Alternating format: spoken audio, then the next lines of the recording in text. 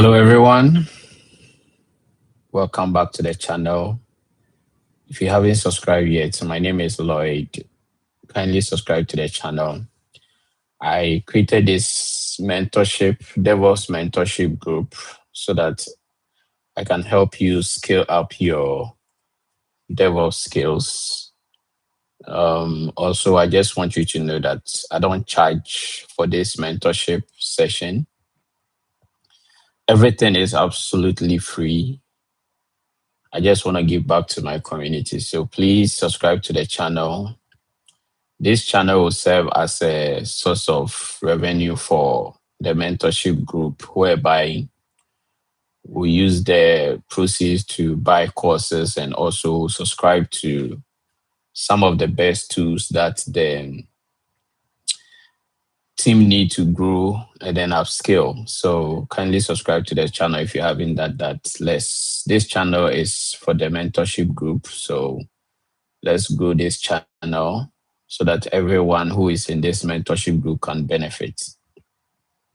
So today what we are going to do is we are going to demo how we can write automation scripts in Python. And then once we are done writing the scripts, we'll set up a VM server on AWS to test the automation scripts. I have not really done anything special because I want everyone to see how these things are done, and also if you are encountering issues, how you'll be able to resolve the issues. So everything is nothing is scripted, everything is raw, so that we can all learn from this session. Currently we have about 10. If you can hear me, please um, give a reaction. If you can hear me, kindly give a reaction so that I know everyone can hear me. Can you guys hear me? Hello guys, can you hear me? Awesome, awesome, awesome. Yeah, so welcome to the channel. As I said, my name is Lloyd. Please let's inform our colleagues so that they can also join the live stream and everybody will benefit from this session. Let's give ourselves a few 10 minutes to wait for others to join, and then we can dive right into the demo session. So a few days ago, that's basically last week, I shared um, a Python course in our WhatsApp channel, and then also in our Discord channels. For those of you who haven't joined the Discord channel, I'm gonna put the links in the chat. That's after the demo session. I'll put the link in the chat so that you can join the Discord channel. We share resources there. We also collaborate with other engineers to help answer any questions that you may have. So I want everyone to join the Discord channel. We also have a WhatsApp channel. If you haven't joined it, kindly join the WhatsApp channel as well. All right.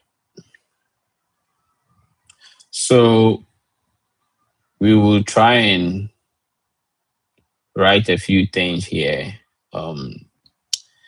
It's just a simple. So today's demo session is about a simple automated backup script that we are going to write to backup files as part of our project. So I shared the project in the Discord channel, and I believe that most of us here have attempted that project. If you have attempted the project, kindly give me a reaction. Kindly give me a reaction if you have attempted the project.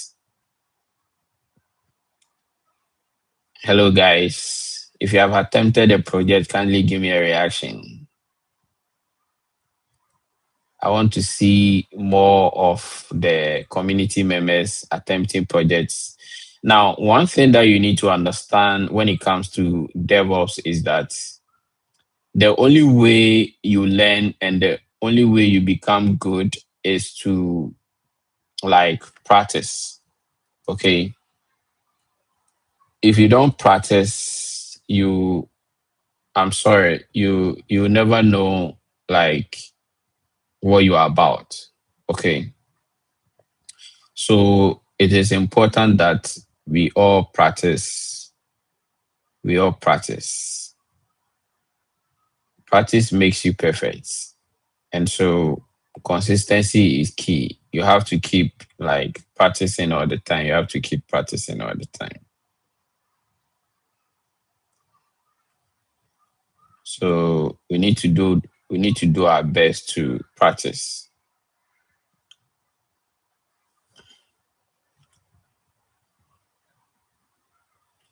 I haven't seen much reaction, so I believe that most people here haven't done the project, which is not the best. Okay. It is important that every single project I put in the group, you do it. Okay. Someone said I'm a beginner and just starting the Python training materials he gave, so don't know where to start with the project. All right, so that's fine. That's fine if you're a beginner. We are not in the Discord channel. Yeah, so those of you who are not in the Discord channel, give me a minute. Let me put the link.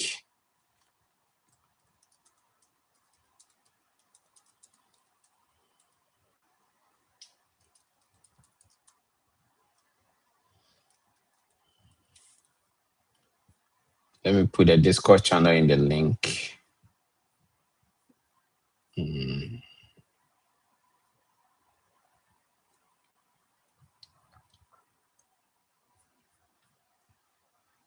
So yes, here's the channel link in the chat.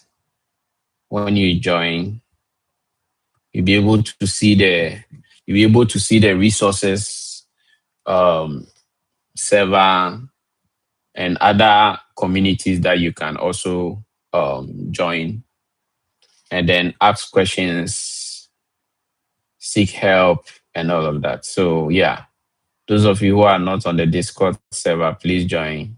I just shared the link. I just shared the link. So, and also, please, everyone, kindly take some time. If you haven't subscribed to the channel, you're kindly subscribe to the channel. Like I always say, this channel is for the mentorship group. We are using this channel in particular to raise revenue to buy courses for the mentorship group. So those who cannot afford to, excuse me, those who cannot afford to pay for those high price boot camps and all of that, this is your opportunity to learn. I believe that everybody deserves a chance to learn.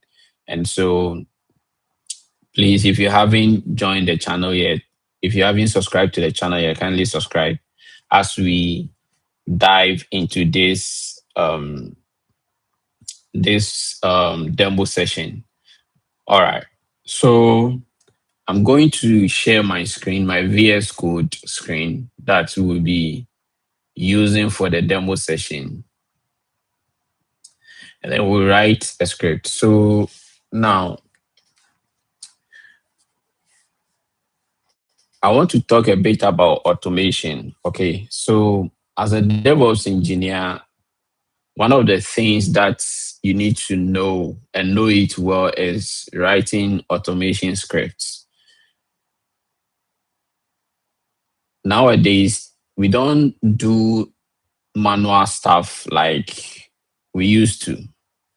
Okay, so it is important that as a DevOps engineer, you make automation one of the key aspects of your skill set because everything that you do, like infrastructure provisioning, application deployment, all these has to be automated. Okay, so you need to learn how automation works and how to write good automation scripts. Okay. So it is important that you understand automation. So automation is basically the process of what eliminating manual tasks, and that's um, writing script to basically help you to. I'm not using all the jargon words because we have a lot of newbies here, so I want everybody to understand. So you just eliminate the manual tasks and then things that you do manually, and then write a script to basically achieve that. And an example could be maybe you work in an organization where database backup is a very essential component of your daily tasks. So instead of doing this manually, you can write an automation script whereby you set up a cron job, or you can also run this job manually. That you set a time, like let's say I want this automation script to run at 5 p.m. every day to back up the database and then send the backup to a particular server, or maybe if your organization is using AWS, you can send the backup to S3.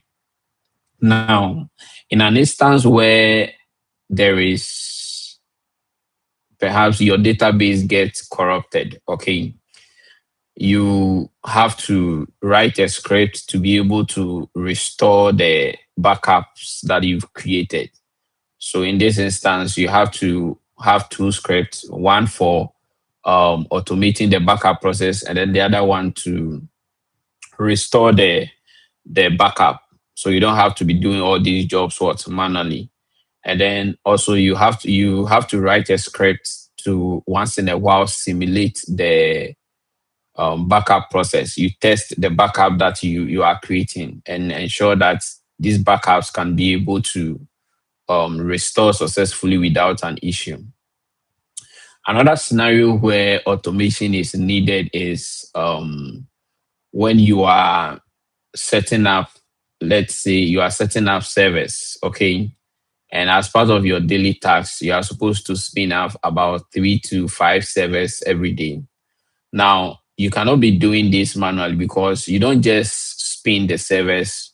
What happens is that when you launch a server, you need to install certain application dependencies on all these servers. So it is important that these tasks can be what automated.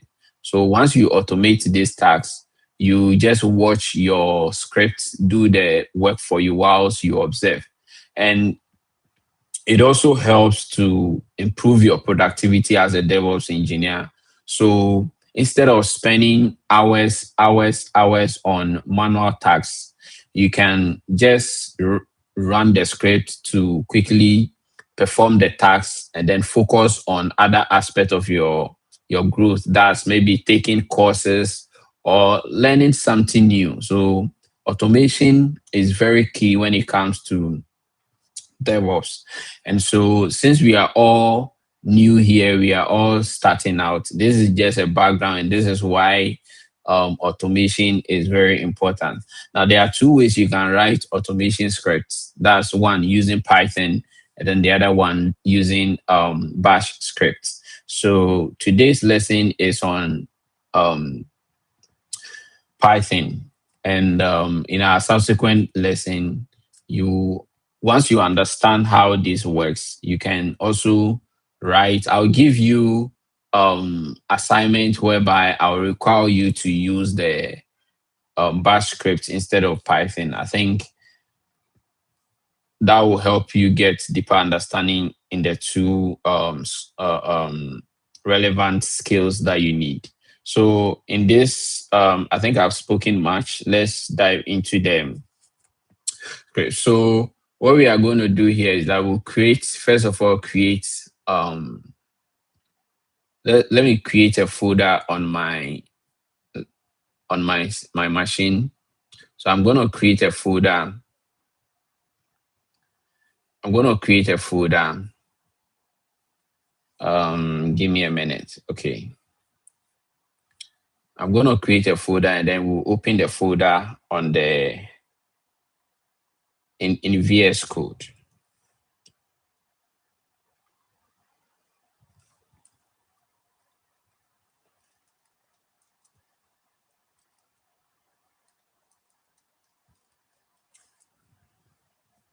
So I've created a folder. Let me open the folder on my desktop. And then in the folder, you're going to create a Python file. So those who don't know where to start and know where to begin, please follow. You can also be doing this on your machine whilst watching the video, okay, so that we can all be learning along. So as you can see,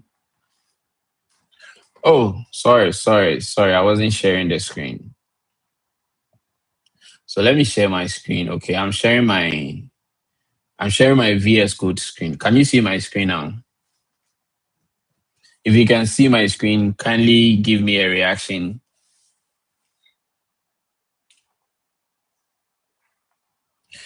Oh yes, somebody is asking if it is okay. Yes, it is okay to use PyCharm. It is okay to use PyCharm. Okay, you can use any ID that you want. Okay, you can use any ID that you want. There is no sorry, there is no restriction on that. Okay, so I created a folder. So to start, I created a folder on my laptop. That's my desktop, and then I opened the folder in the VS Code. So you can also do the same by creating a folder and then open the folder in your preferred um, ID. So in this folder, we are going to create a file. So the name of the file is, um, let's name it as backup. So backup script.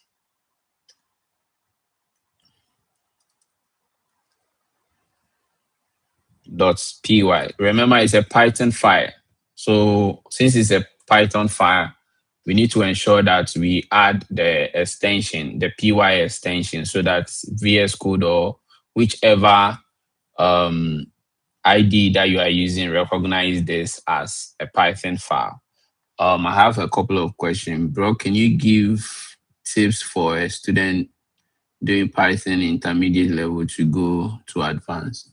Um, so please join the Discord channel and also our WhatsApp channel. We have a course that you can learn. So we have a course that teaches you this basic processes on do how to go about learning Python from intermediate level to. So it basically for beginners. Basically for beginners. For this course we are doing, is it free? Yes, it is absolutely free. Let me share. Hold on a sec. Let me share the link to the course in our Discord channel.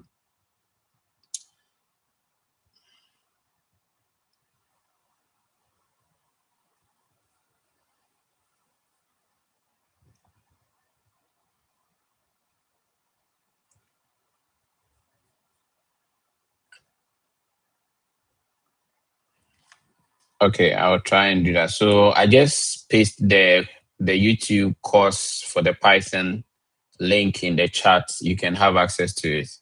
I think people are saying they can't really see mine. So let me zoom. Control and then zoom. Is it zoom? Okay. Let me probably increase the font. Settings. Where is settings?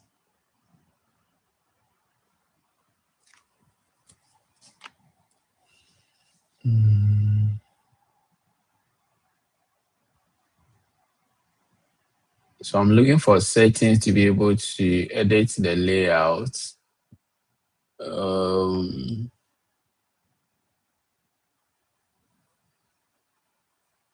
Okay, I'm using, so yeah, Command Plus. Thank you very much for that.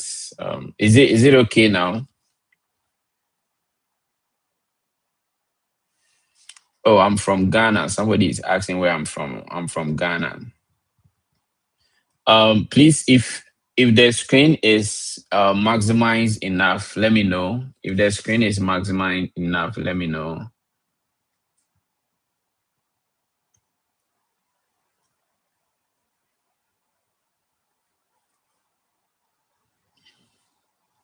Okay, okay. So first of all, we need to set our base. We need to set our base code. We need to set our base, and that base is shebang, okay, or importers. Okay, so in writing any automation file, you need to set up your base, and that base is called shebang, or importers, and this tells your code editor that the particular language you are writing the code in. Okay. So if it is Python, you have to add Python to the end of the base. You don't really set up the base, you just type. Okay, so let me just do that so that you see. So in order to start your script, the first thing is to start with the shebang. So shebang basically tells your ID, whichever ID you are using, um, the type of language you are writing. You are going to write the script in. So if you are writing a bash script, the N will be in bash, and then also in Python, the N will be Python. So let me write it so that you can see what I'm referring to. So first, we have our hash, and then the exclamation mark, and then you do. I have some code prediction AI tool, so I'm not obviously going to use it. So we have, because we are starting out, we need to type everything. So we have the user, and then the bin, and then the env, which is the environment, and then also the type. So the type is what? Python 3. So you make sure we are doing this with Python. We are writing this script in Python 3. And so we need to, so this is our shebang. Okay, so this tells our IDE the particular language that we are writing the scripts in. So as you can see below here, as soon as I type the Python 3, you see that it has changed the status to Python. So now my IDE understands what my script is based, or the language that my script is being written in. Okay. All right. So let's move on. So now that we define our base, which is the shebang, we start by importing some Python environment variables that we need for the script to be able to run successfully. And that is, we start with the import language. That's import OS. So OS stands for the operating system. Okay. And then also we are importing the shuttle. Okay. So shuttle, let me write that, and then I can explain to you what shuttle is about. Okay, so shuttle is for, let's say, file operation. That's copying, and then it's a Python dependency for copying or archiving files. Okay, so that's we also need, because it is a backup script. We need that dependency, so we need to import it and then use it to. So once we do the backup, it is going to help us to copy the backup to any destination, or also if we want to archive the file, it will help us to do that. So that's what we need. So we need that. And then the other thing that we also need is that, when you create a backup, you need the date the backup was created. Okay, so you have to import the Python variable, which is what? The date. So we have to import the date. Oh, sorry. So import date time, and then we also need the time delta. Okay, we need the time delta. So we are going to import the time delta.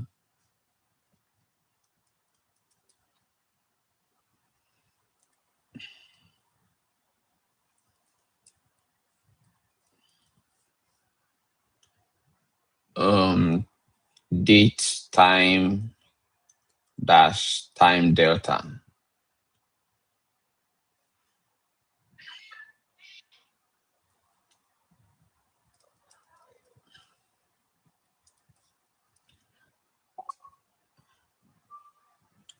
Okay, so let me probably put this together.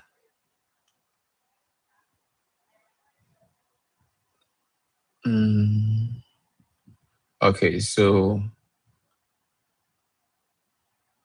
let me just do the new line. We'll use this. So this will be used later. So once we start using it, you see that it will be activated. So what we just did here is that we imported Linus variables or certain Linus automation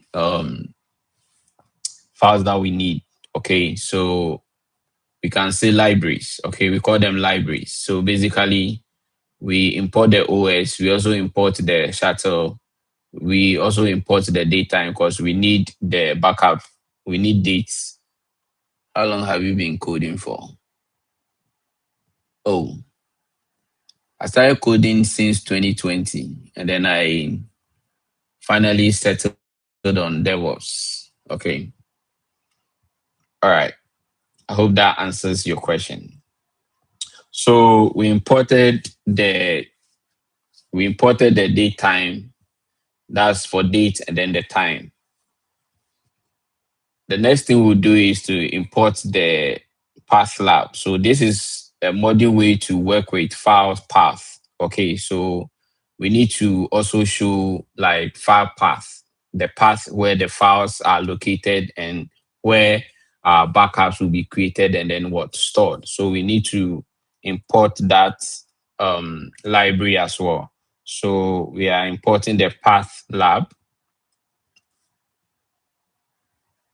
and then we are importing the path.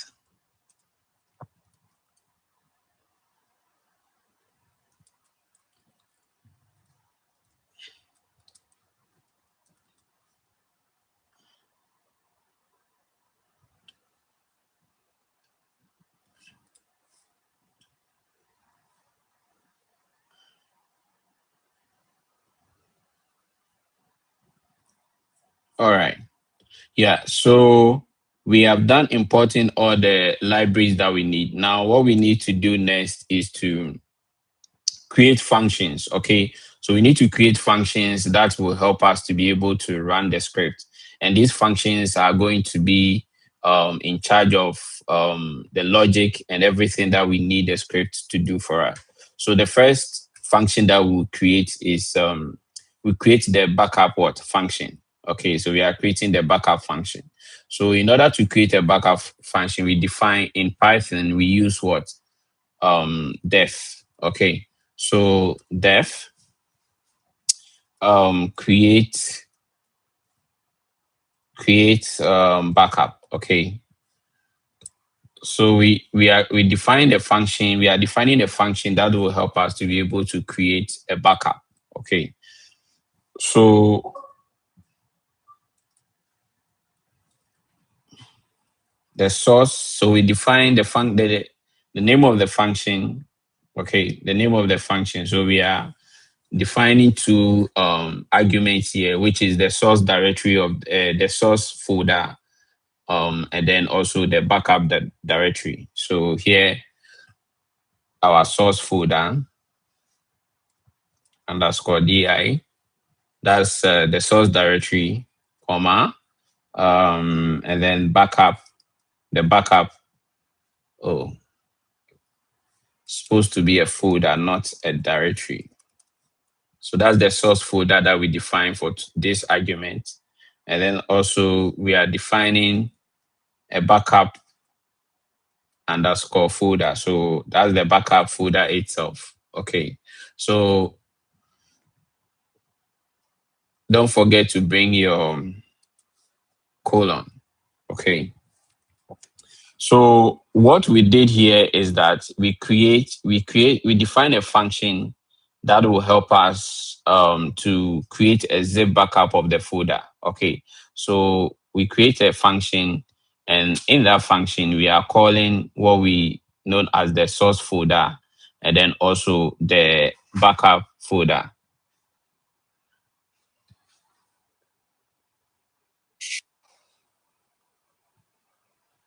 Somebody is asking, please, I joined the class late, which we are using VS Code, but you are free to use any ID that you want. Okay. So, oh, I deleted the. Okay. So, yeah. So basically, that's the function that we created. Okay. The next thing that we need to do is to create the backup folder if it doesn't exist. Okay. So we want to create um the backup folder if it doesn't exist. So in case maybe we are running the script and then the backup folder doesn't exist, we don't want the script or the session to break. Okay.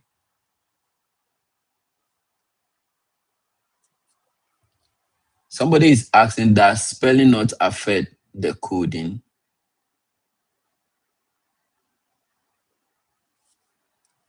Oh, sorry. Yes. Yeah. So these things happen. Okay.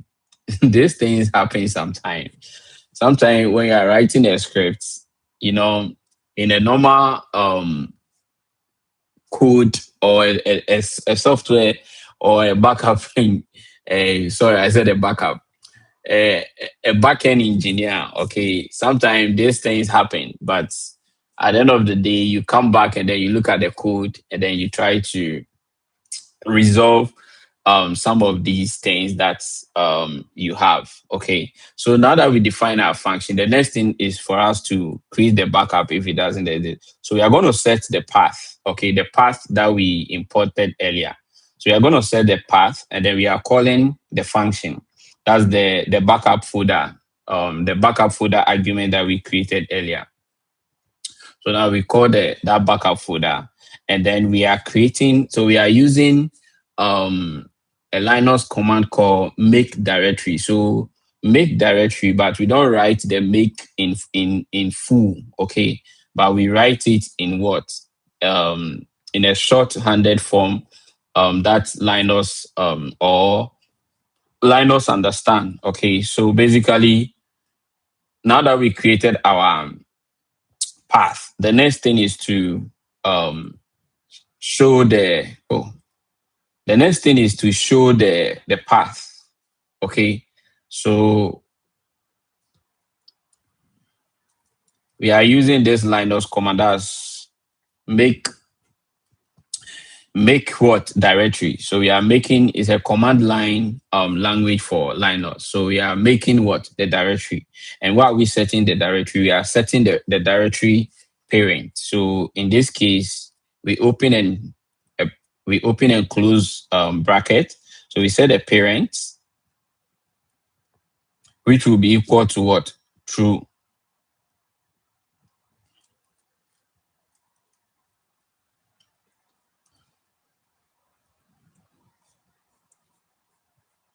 And then once we set the parent equal to true, so meaning that the backup directory we are creating is the parent backup directory. Okay, this is what this means.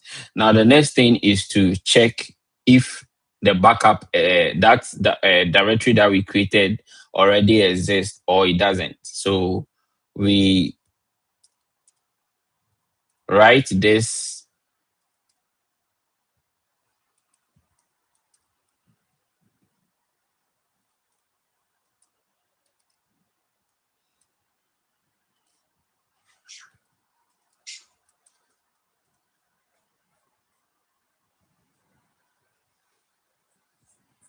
Okay, so now this is what we are doing. One of the things that you need to know is,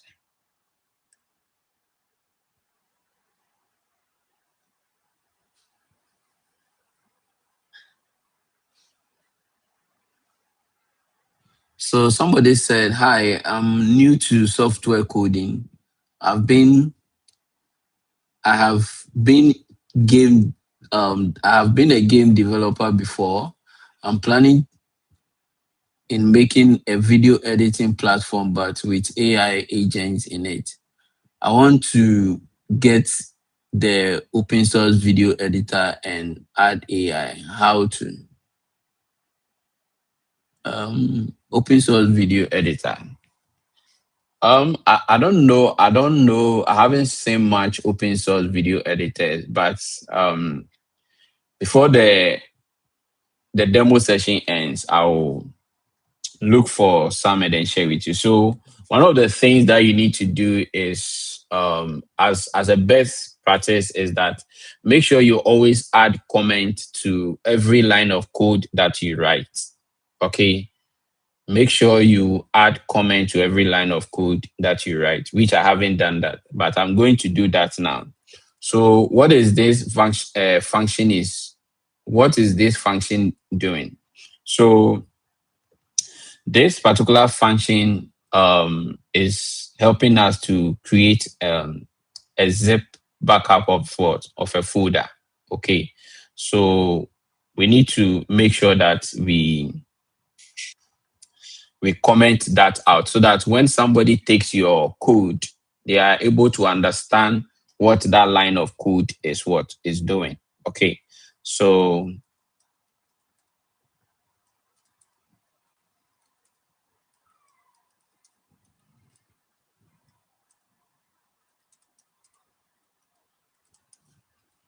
okay, so that's what we've done. The other thing that we also need to do is to comment on this line of code so that when somebody takes the code, they know what exactly this code is doing.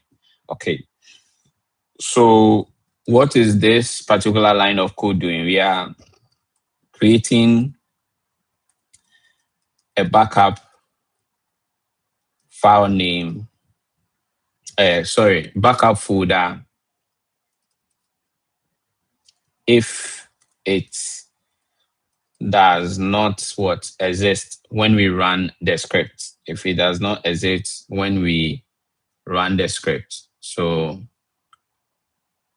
that's what I just did here. All right. So now that we created our function and also created the created created a backup folder if it doesn't exist.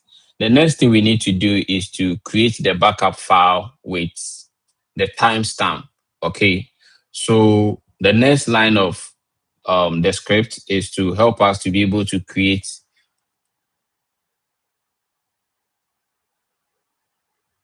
Somebody said, I'm seeing caution and info icons with warnings on my file.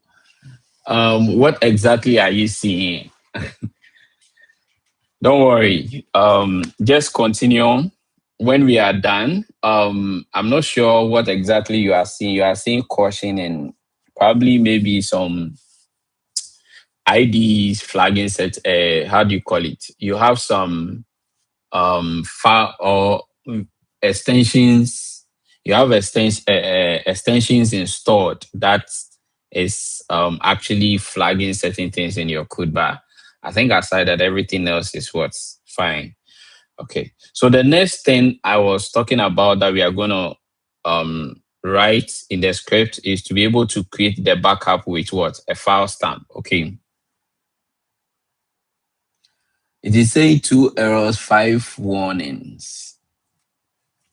That's a bit weird. Okay, because of time. Okay, because of time, I want us to um work on this. We can discuss it. You focus on writing, just following what I'm writing, and then also do just that. When we finish, we'll review your code and then check what you are missing because I can't really see your environment. Okay, so you focus on the coding aspect. Okay. So the next thing I said we are doing is to create a backup file name with timestamp. So every backup that is being created need to have a what? A timestamp. That is the timestamp that the backup was created. And this is where the date time, this is where the date time what comes in. Okay. This is where the date time comes in. So also don't forget to write a comment. Let's give a small space and then write create.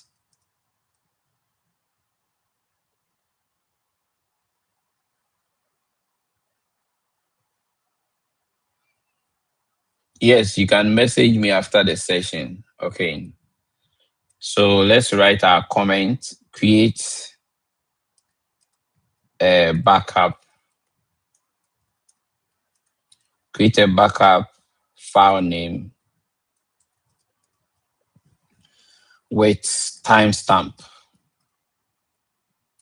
Okay, so that is what we've done here.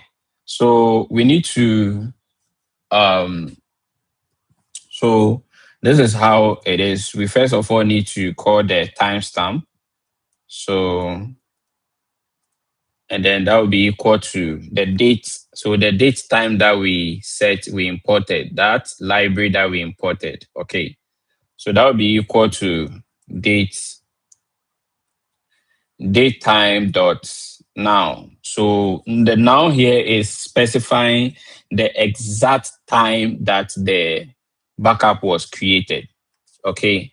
The exact time that the backup was created. Please, if you don't understand anything, kindly ask questions, and I hope I'm explaining things better for you. Okay. So we created a timestamp, and then we set equal to the date time now, which is the exact time that the backup was what? Created. And that's exactly what you did. And then we are setting that to the the time. Okay, so we are setting that to the time. And that would be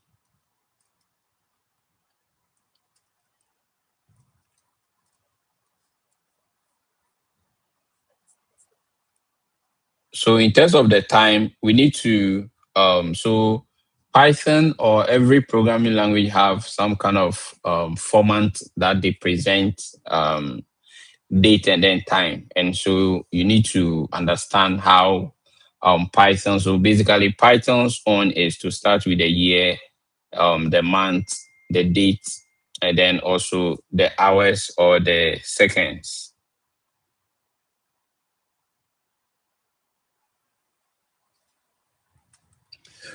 All right. So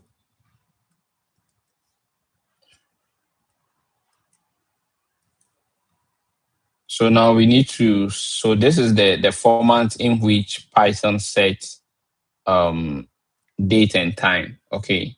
So we have the year, which is Y, and then we have the month, and then we have the day, and then the next will be the hours. Okay.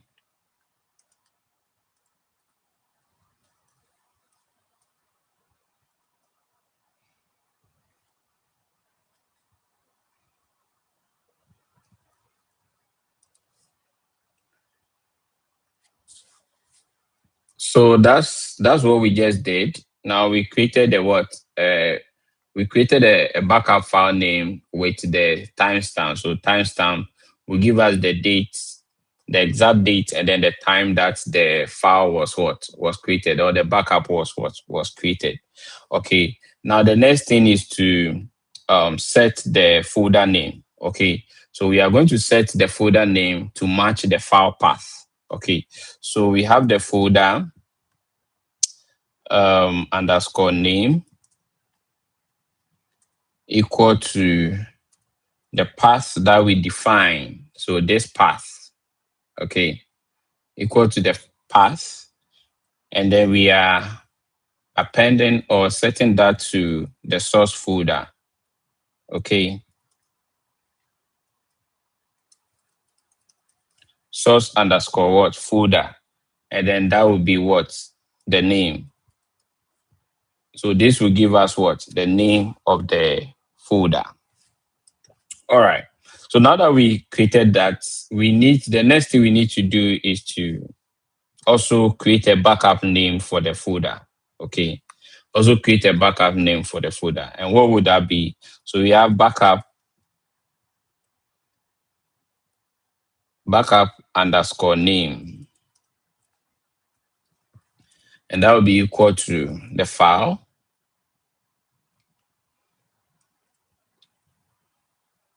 So we are setting that to the folder name.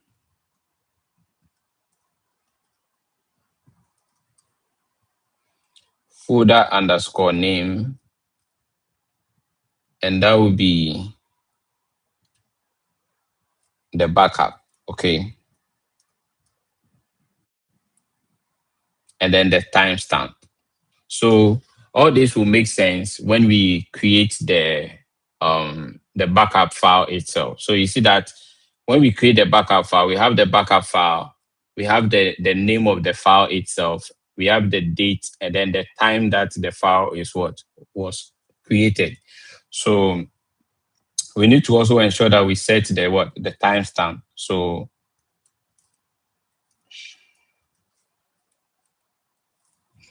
no, we are not zipping it. So we are not going to use zip. Okay, we are not zipping it. Now that we created this variable. Okay. Now the next thing is to set the backup path. Okay, so we have the backup path. The backup path equal to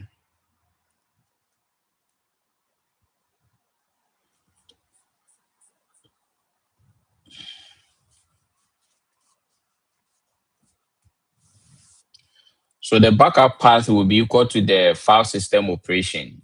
Okay. So in this instance, we are calling the OS library. Okay, we are calling the OS library. So this will give us the OS dot the path, and then we are joining it to the backup folder and then the backup name. Okay.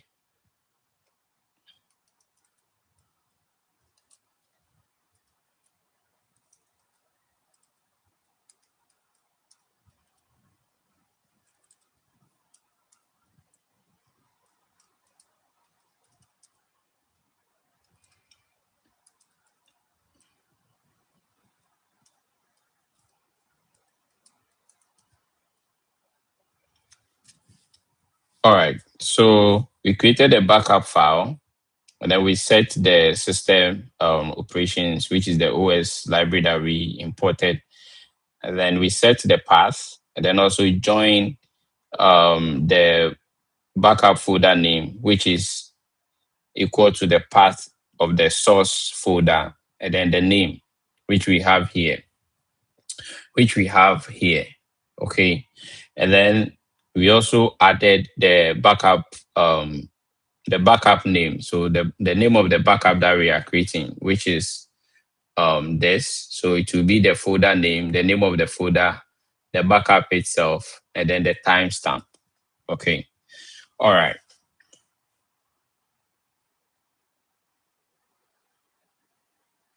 Import path rather than path.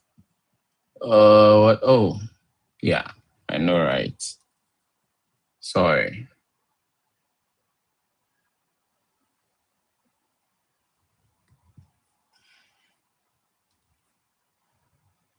Let me see from.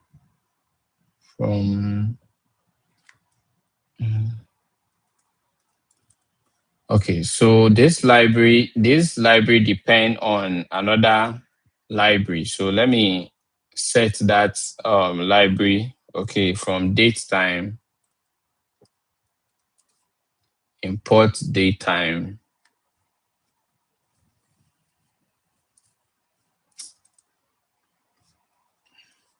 From datetime, import datetime, and then the time delta, and then also the path lib also depends on the path. Okay, so I need to set it from this particular library, we are calling this path. Okay, so that's basically how it works. Some Python libraries depend on others. So when you are calling them, make sure you import their main library and then before you set the dependency. So in this instance, you can see that the the path lib um, is a dependency for the path. So we need to ensure that we import um, this as well. Expected. Why am I getting this? Oh, I have two imports. Let me. Okay. No, so we probably have to do from pathly. We are importing path. So yeah, that's basically it. Okay. All right. So let's continue with our script. Now that we created the backup file name with the timestamp, okay, the timestamp, the next thing we are going to do is that we are going to print or have some notifications based on what is happening in this particular part of the script when we finally run the script. Okay, so here we are going to print the the console output. Okay,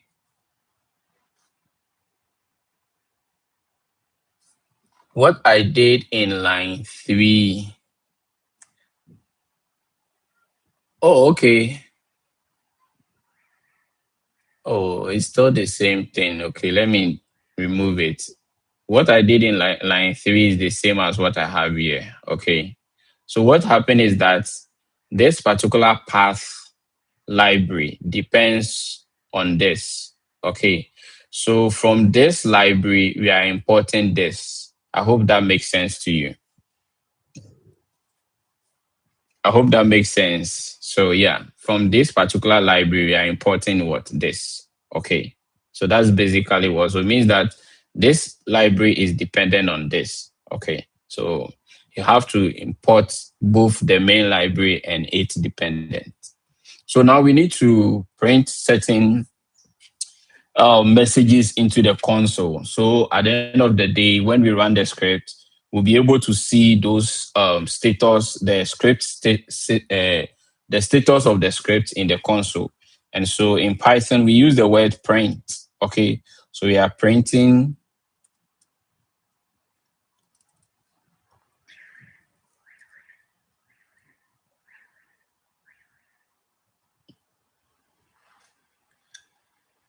on line 12 and 16. The path should not also be in small letter or capital letter.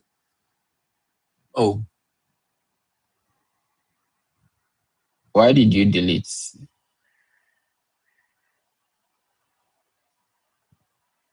Line 12. No, we are using this library. So it has to match the library that we have here. Okay. We are using this particular library. So on line 11, it has to match that particular library. And then in terms of the backup, this is just a variable. Okay, this is just a variable we are defining.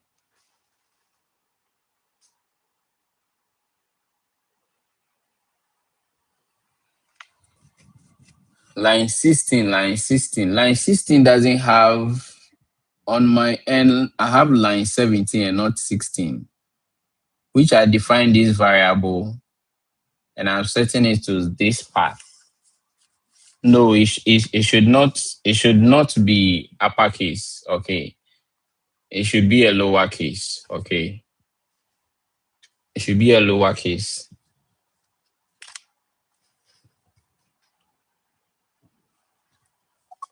All right. So now let's print the status of the script into the console whilst running. So here we are printing the console. We don't want everything to combine. So we need to add n which is like next line. Okay, so it will move to the next line. So it will arrange all the messages in what? In order. So first message, second message, and then third message, all in order, so that it doesn't combine everything together in the console. So we have a backspace and then what? N. And then the message is creating backup. Okay, so we can just do creating backup. And then that should probably be maybe dot dot dot. Yeah, dot dot dot. Okay. So the next thing that we so now this is a notification. Once we pass this stage, we'll get this message saying that what? The backup is being what? Created. Okay. The next thing is to print the source folder that the backup is being created in. Okay. And then the third thing that we'll do is to create the destination where the backup is being saved. So we need to print that so that we can see it in the console. So second is to print.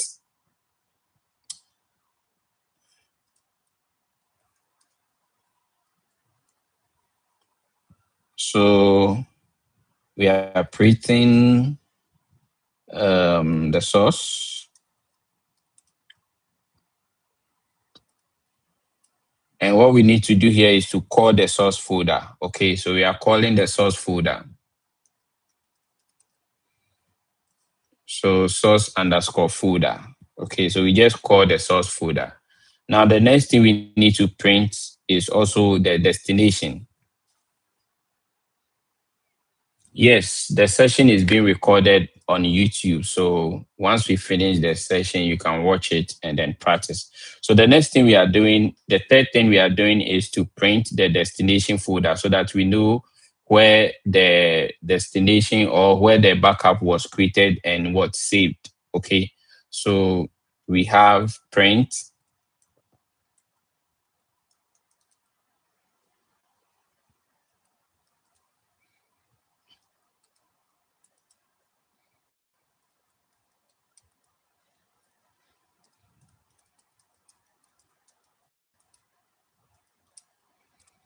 So now what we are doing here is that we are calling the backup path. This particular backup path that we created, this variable, we are calling this variable here. Do you get it? We are calling this variable here.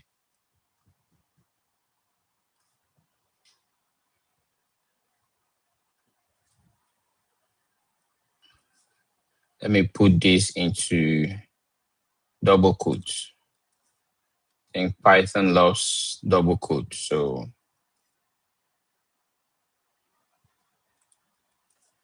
all right. So, yes. So, as you can see, we made use of all the variables that what we created. How did I do what? Can you come again? Bro, how did you did that? Explain. What did I do? So what I did here is that first of all, we created a backup file name with the timestamp. Okay, so when we are when we are running the script, we want the script to be able to create a backup file. And in that backup file, we want to be able to have the timestamp, the time that the backup was created. The next thing that we wanted was that we wanted the folder name, the name of the folder that the backup is created in. Okay, and then we also wanted the backup name, the name of the backup that has been created, and then the path where the backup has been what created. So path is mostly like a directory. So we needed a directory where the backup has been created. Okay. So in this regard, as you can see, for the timestamp, we made use of the Python library, which is what date time, and then we set the date time to now. Why did this repeated itself?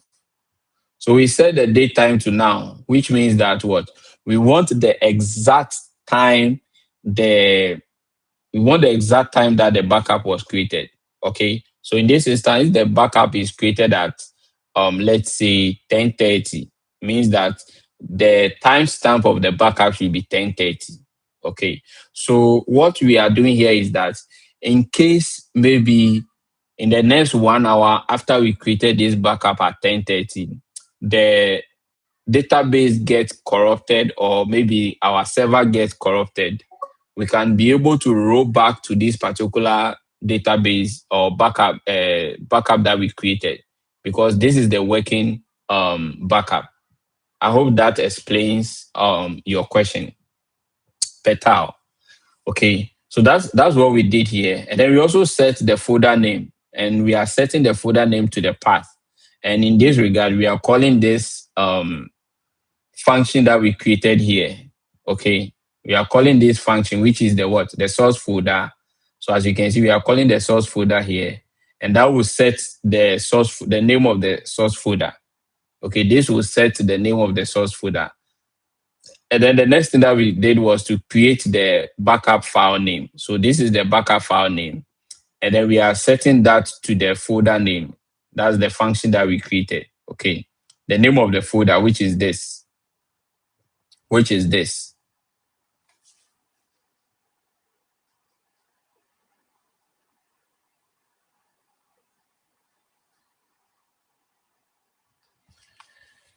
I think this is not part of the lesson at this moment, but it is possible to write that logic to be able to generate automatic file names. But I think the downside of that is that it's going to generate random file names for you.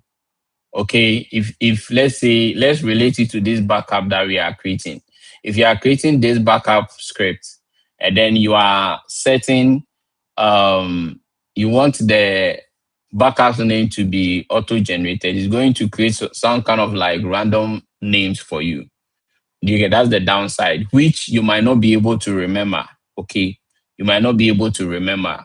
So it is good that you set your own logic on how you want the names to be created, so that it is easy for you to what to follow. Okay, so that it is easy for you to follow. I hope this answers your question. But it is possible to write like auto generated write a script that will auto automatically generate the names of the file. All right. That's great. You can go ahead and try. All right. So now that we printed the messages in the console to get the status of our script, the first one is what? Letting us know if this particular script is able to pass. Then it will set the message as creating the backup. And then the next thing will be to give us the source folder and then the backup path of there. So it will print the destination backup path and then also the source folder, which we have set those variables here. Okay.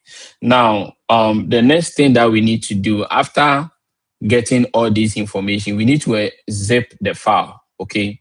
We need to zip the file. And how do we zip the file? And that's what we are going to make use of this library that we imported earlier. Okay. And like I mentioned, it helps us to zip files or also create archives. Okay. So the next thing we are going to do is to use that library to be able to zip the file.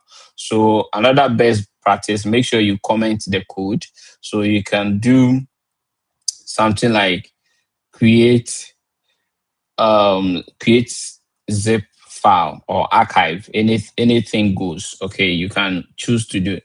So now let's call that particular library that we imported, which will be the shuttle.make underscore archive.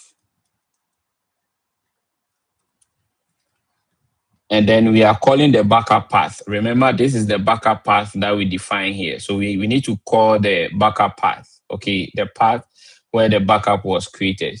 So this will be,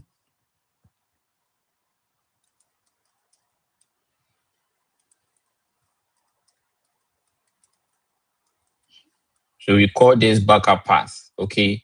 And this backup path equal to everything that is here. Okay. The next thing that we need to do is to set the zip. Okay, we are zipping the file, so we need to set the zip. Okay, so that would be, remember this is how do you call it, a string. Okay, remember this is a string, and then after that we are setting the source folder. Okay, so that's what we did. So now we made use of this particular library. Okay, this library that we imported. So that is going to help us to what? To be able to zip the file. If you have any more questions, you can keep them coming. Okay. Now, the next thing that we need to do is to get the size of the file. Okay.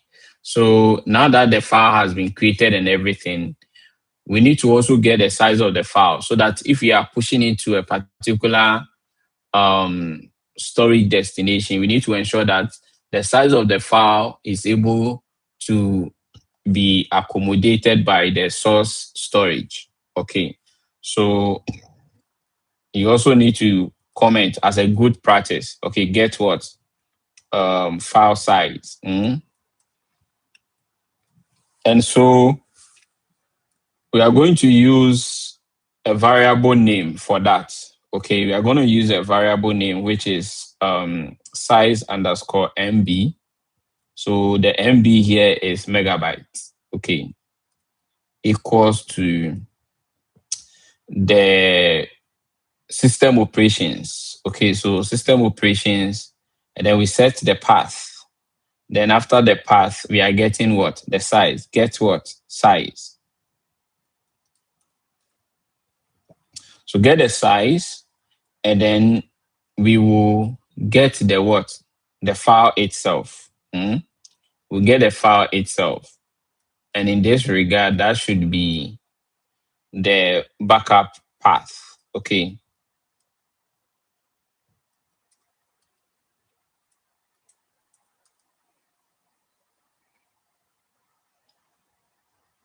And then we also call the zip because in this instance, the file is going to be what? Is going to be zip. So we need to make sure that we zip it as it is. If not, we might get error. Okay. And then what is happening here is that we are going to use we are going to do some calculation here. Okay. We are going to do some calculation here. And what we are doing here is that what we are doing here is that we are getting the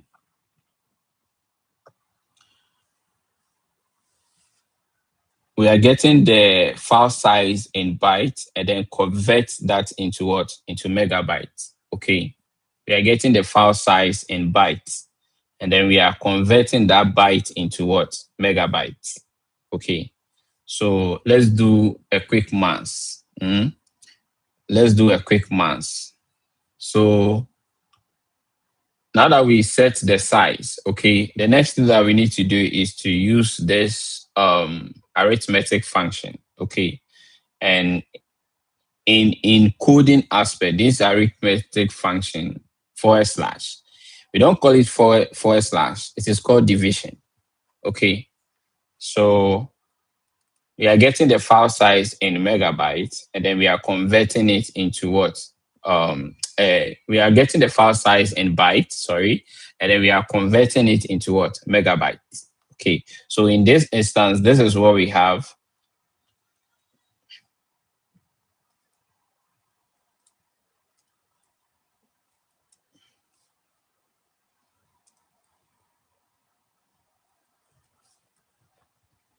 So this is exactly what we want to do. So this is the small mass that we did here. Okay, this is the small mass that we did here. We got the file size in MB format, but we are converting it into what? A megabyte format. Okay.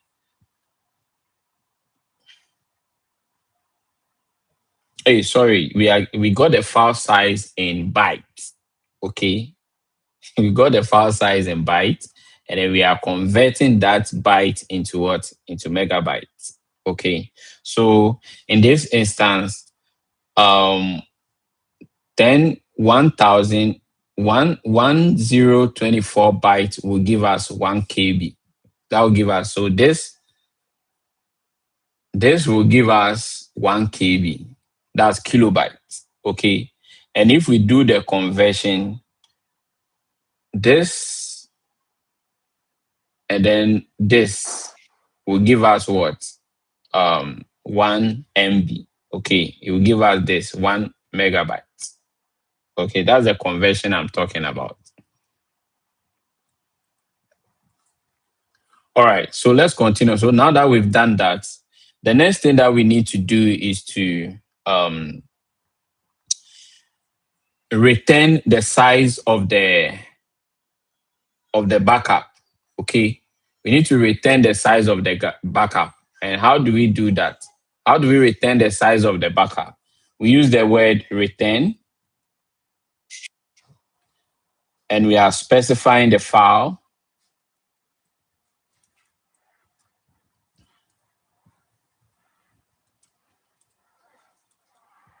And once we do that, we'll specify the file path. Okay.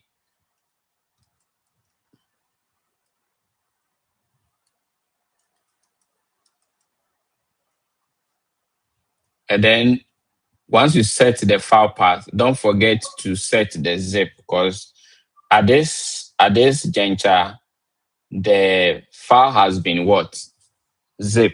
So you need to add that in order not to break the code. Okay. All right. So that's basically what we've just done. But there was something that I forgot to do, which is printing the status of the backup, whether it was created or it didn't create. And then we'll set the that variable that we created for the file size. Okay. So what we are doing is that we are going to print the status of the file size, whether the status was actually created or not. Okay. So let's print this.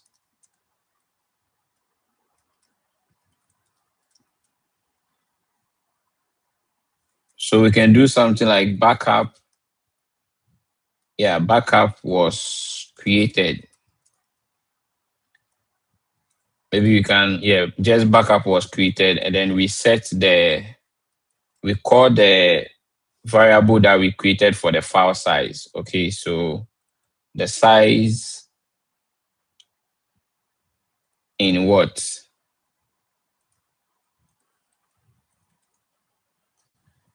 And then we are setting the conversion, that's into what?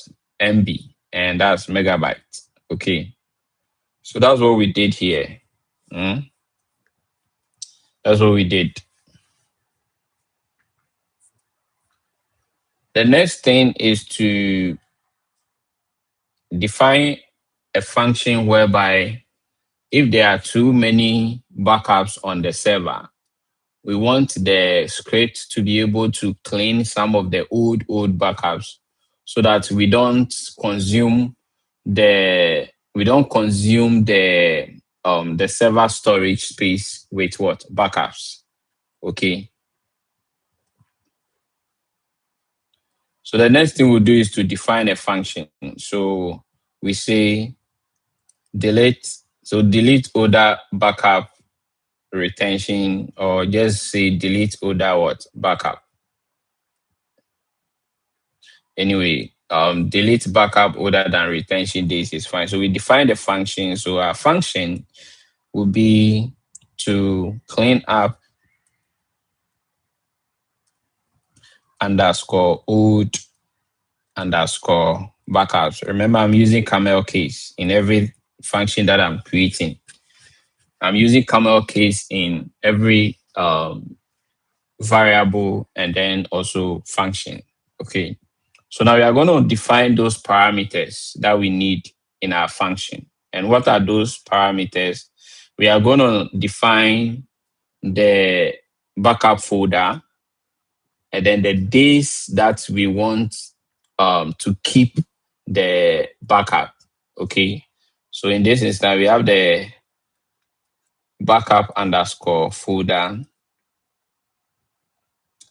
and then the days. So let's say days to underscore keep. We can set that to, let's say, 7 days, or you can set it to any day that you want. You can set it to 20 days, 30 days, any days. Okay. Um, is there any problem, Daniel? Daniel, is there any problem? Or is there something that you don't understand? Hello, Daniel. Is there anything you don't understand? Let me know. Okay. So we define a function that will clean up the old backups, and we are passing this argument, that's the backup folder itself, and then the number of days that we want to keep that backup. And we are setting that to what? 7 days. Okay, we are setting that to 7 days. So in this regard, now that our function is ready, the next thing is to print the status. Okay, print the status when we get to that stage. So what we do is that we have print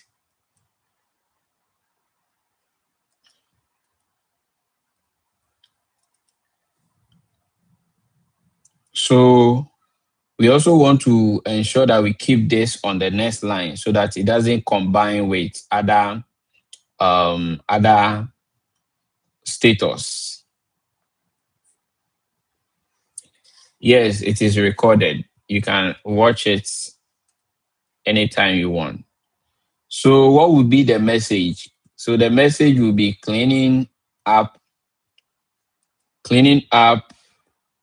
older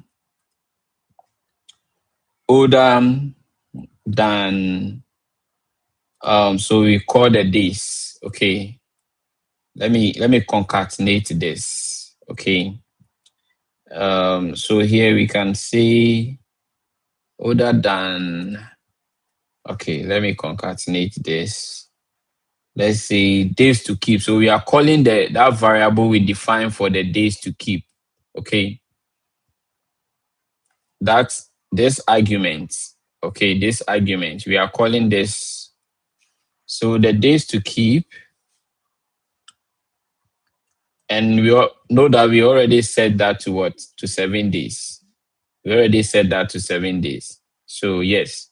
So the days to keep, and then it's going to, so this message will be cleaning older backups older than the days, which is what? 7 days. So in the console, you will not see days to keep, but you see 7 days because we set this to what? 7. So instead of days, you see 7 and then the days. Okay. I hope this is well understood. Now, the next thing we need to do is to create a function, create a variable. And in that variable, we are setting the date, and then we are calling the library, the time delta. Okay, the time delta. Now, what this is doing here is that um let's say, for example, if today is 1st December and the days to keep, we set it to 7 days. Now, the date that that particular older backup will be deleted will be um let's say 27th November. So any backup there, any backup before 27th November will get what? Deleted. That's basically what we are doing. Okay. if you let me take it again if you don't understand what I said. What I'm saying is that we created this function, okay, this function that we are going to use it to kind of delete like old backups. Okay. Now, what is happening is that we are setting a cutoff date. Like when you are going to university, we have like a cutoff point for a certain course that you can take. If you get grade 24, you cannot take medicine because medicine is like grade 6 and all of that. Okay. So we have created a cutoff of date. And in this cutoff date, if the an example, let's say if today is yes, today is exactly 1st December, right? And we set the days that we need to keep the backup to 7 days, right? Which is here. This is the 7 days. Okay. Now, what is going to happen is that everything that comes or every backup that was created before 24th November are not new backups. They are old backups. Do you get it? So we are setting that, okay, the cutoff date should be equal to what? November 24th. So backups that were created on the 1st November, 2nd November, 3rd November are up to until, let's say, 20th or 23rd November. Sorry. These are old backups. These are old backups. And so those backups that were created before November 24th will be what? Will be deleted. So that's basically what we are trying to do here. Okay. All right. So let's and we are going to make use of this particular library that we imported. Okay. And this library also depends on the date and time. Mm. So here we go.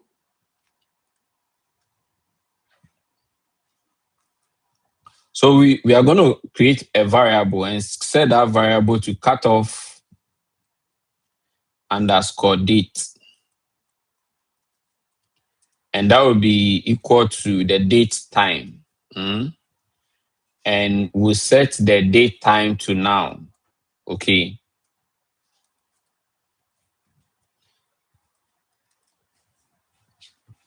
And that will be minus. So this is mass. Okay.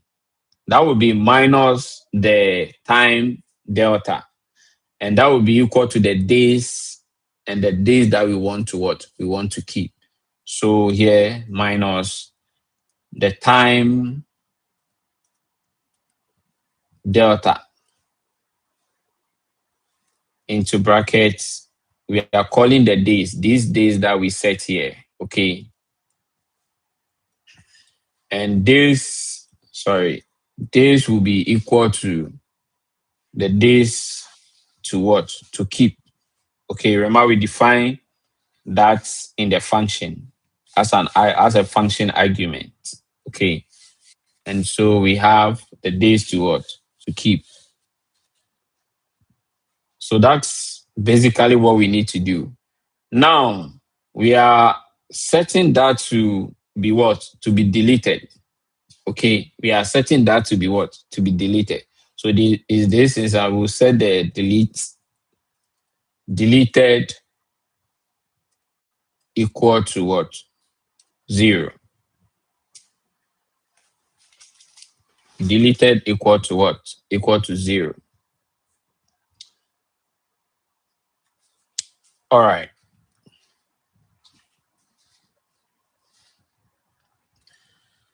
Now that we've set the date that these backups should be deleted, okay? The next thing that we need to do is to find all the zip files that has been what? Created, or all the backups that has been what? That has been created. Okay. So this is how you find. So we'll comment this and make sure that when somebody takes our code, they're able to understand every single line of code that we've written. So this will give us for file in path. Okay. And what is that path? The path will be the what? The backup folder. Okay. Backup underscore folder.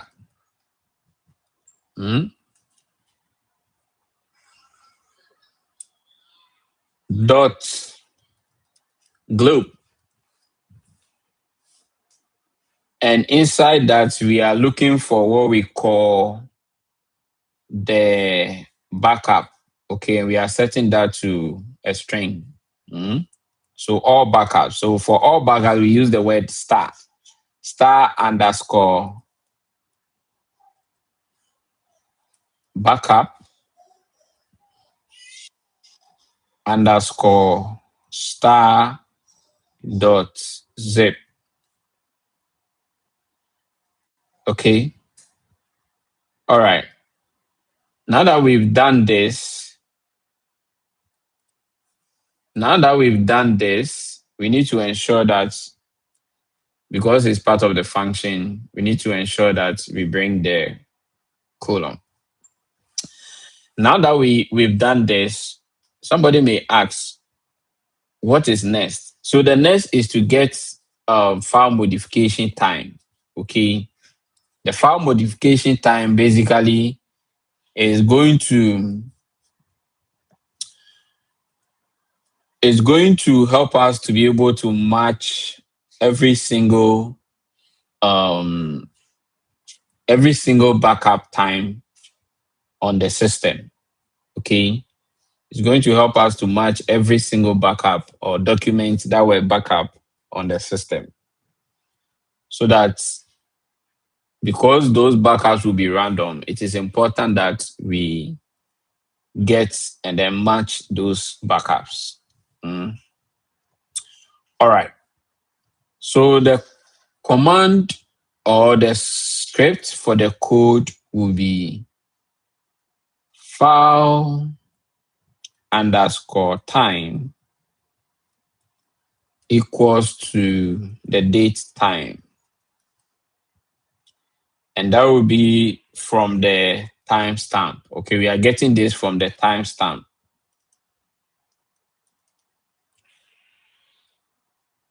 And then we'll set the file, the state of the file. Okay, so file dot state. File dot state dot st underscore m time.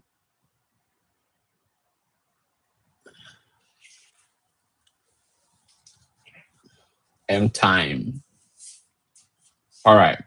So now we've write a script or a code that will get file modification time for us.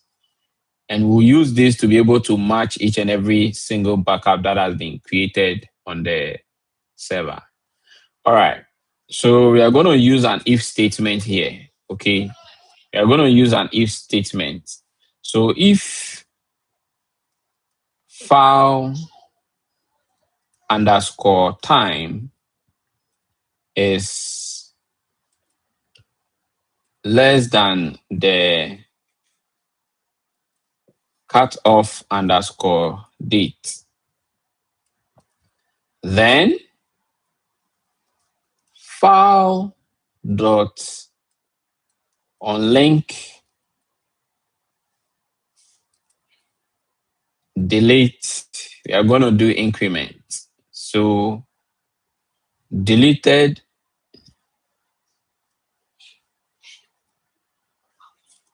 will be plus or equal to 1. And I believe you all understand what this is. This plus or equal to. I believe you all understand.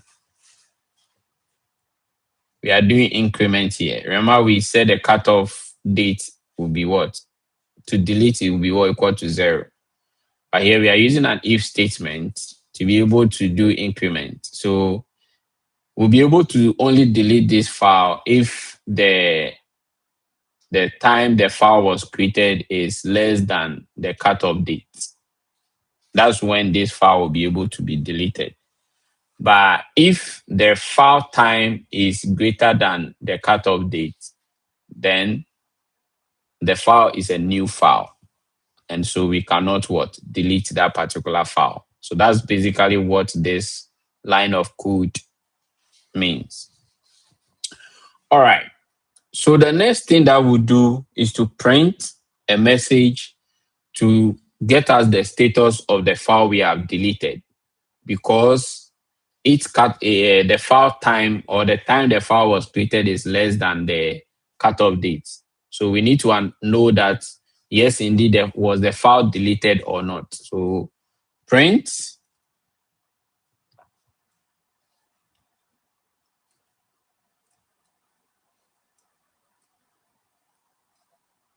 so we can say file deleted, or let's just do deleted. And then what are we doing here? We will need to call the name of the file. Okay. We need to call the particular file that was the name of the file that was deleted.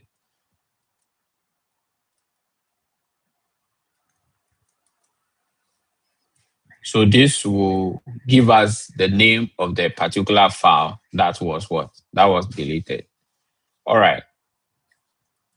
We are not done on. We are still writing. So we are using what we call nested if. Okay, so if deleted is greater or equal to, let's say,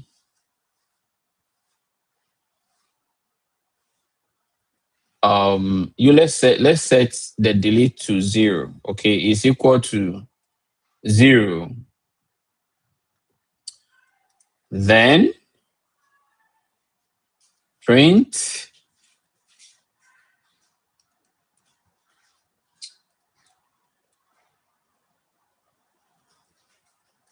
no old backups, no old backups, no old backups to be deleted. No old backups to be deleted. So basically, if there is no deleted file, then we want to show this message in the script that there is no old backups that needs to be to be deleted. Even though there are backups, those backups are still new backups, and so they still fall within the condition that we have set here, this condition. So those backups cannot be cannot be deleted. Else, okay, else print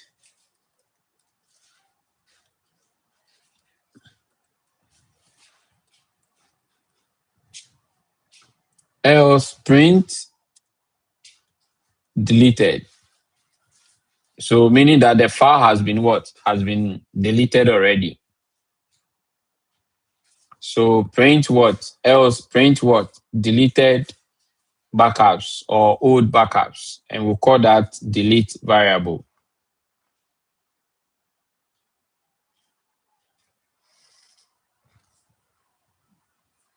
Or old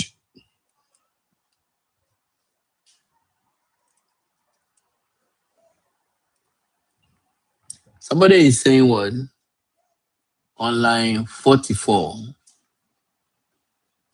All right, so this double equal to, we are comparing variables. Okay, we are comparing variables. I don't know what else do you want me to say, but I'm using this because I'm doing comparison. Okay, I'm using this because I'm doing comparisons.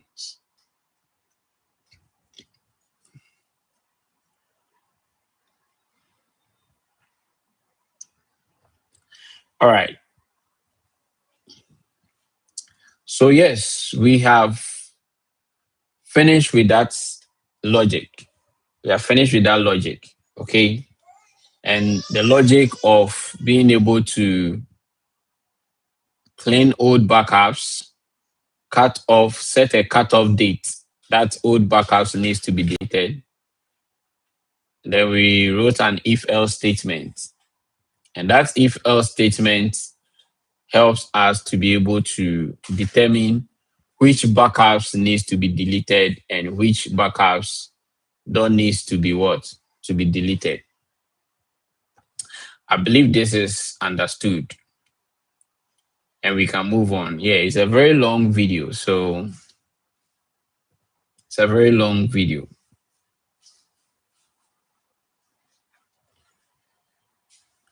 All right.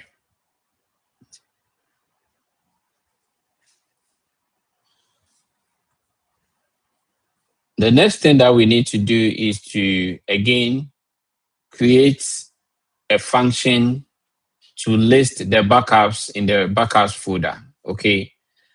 We need to create a function. If we have create a backup to be able to clean old backups, we also need a function to be able to what? To list the backups that has been what? That has been created before we even try to what? To delete them. So this is the function lists underscore backups. And the argument for that will be the backup folder. Inside the backup folder, underscore folder. So this is where we are looking for the information. Okay. All right. So here too, we will be creating some if else statements. But before that, we need to print a message to check whether truly there are backups or there are no backups. Okay. So print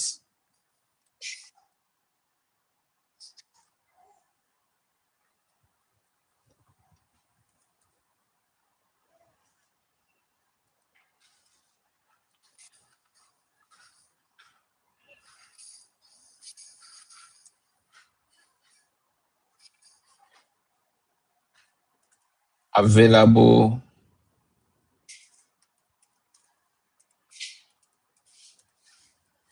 backups. So here we are checking if truly there are what? There are available backups. So that would be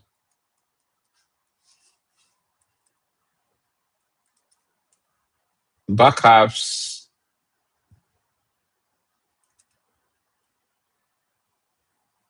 backups equal to, we are sorting them out. So sorted, and where that should be in the path to where the backups are.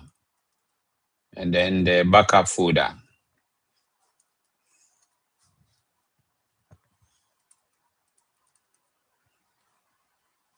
And then dot the globe.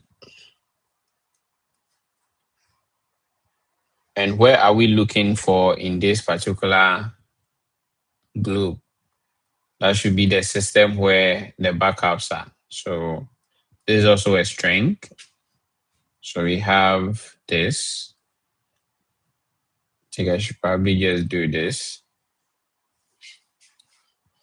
No, we are not using reverse.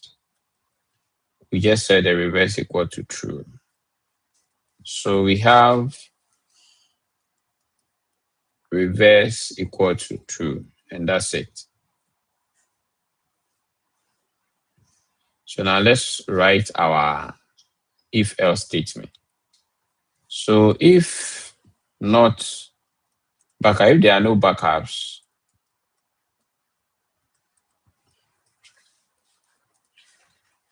no backups, then you should print no backups.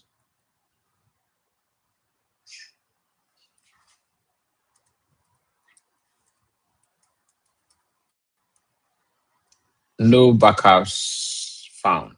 No backups found. So basically that's it. If there are no backups, then no print a message for us to know that there are no backups was found. And then we'll return nothing. So basically nothing will return. And if, let's say backup,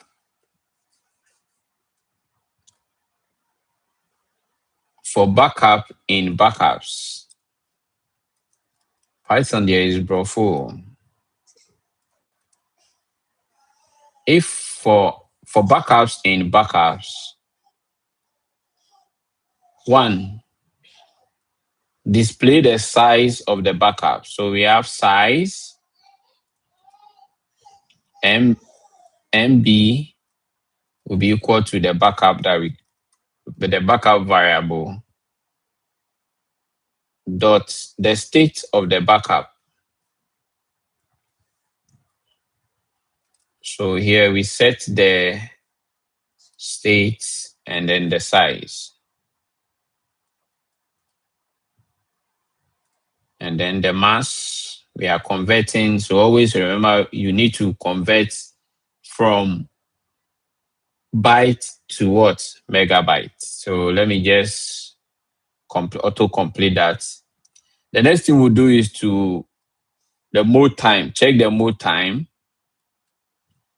underscore time. Mode underscore time equal to date time dot from the timestamp. Okay, we are getting this from the timestamp. And then from where exactly, where we are getting it from, that's the backup. And then the state of the backup. And then we set the, so we set the time, the state time.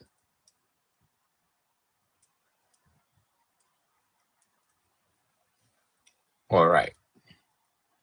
So I think that should be it. Oh,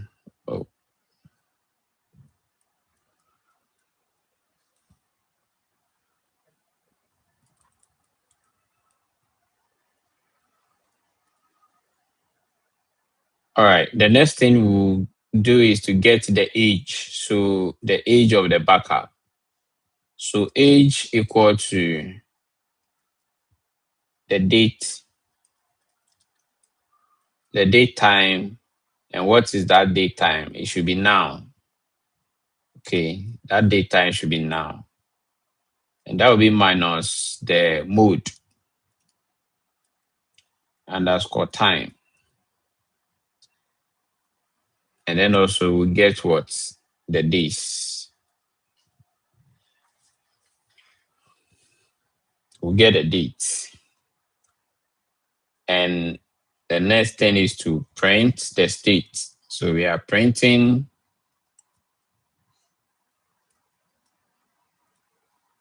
the state and we are calling the backup. Okay. Once we are printing the state, we need to call the backup name.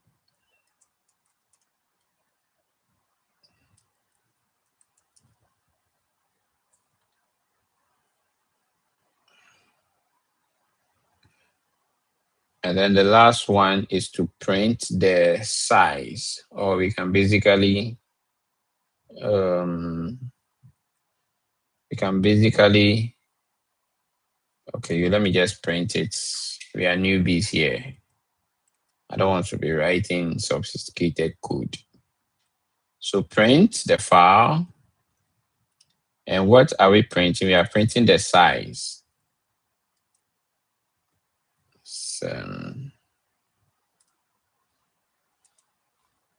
So we are printing the size. So we'll get the mode.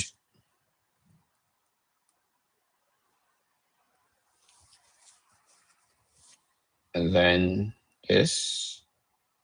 and not just the size, but the age as well. So you're going to pipe this to age, and then we'll call the age variable that we define. And we'll set that to the days.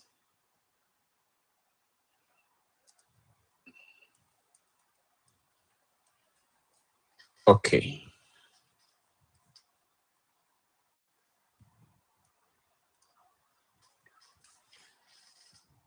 All right. So now that we've checked the status of the backup or list the backup file, the next thing that we need to do is to ensure that we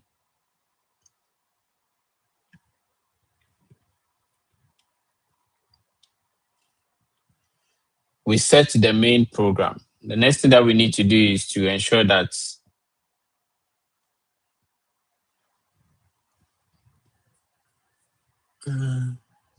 so that somebody just sent me a WhatsApp message that I should explain the last function. Okay.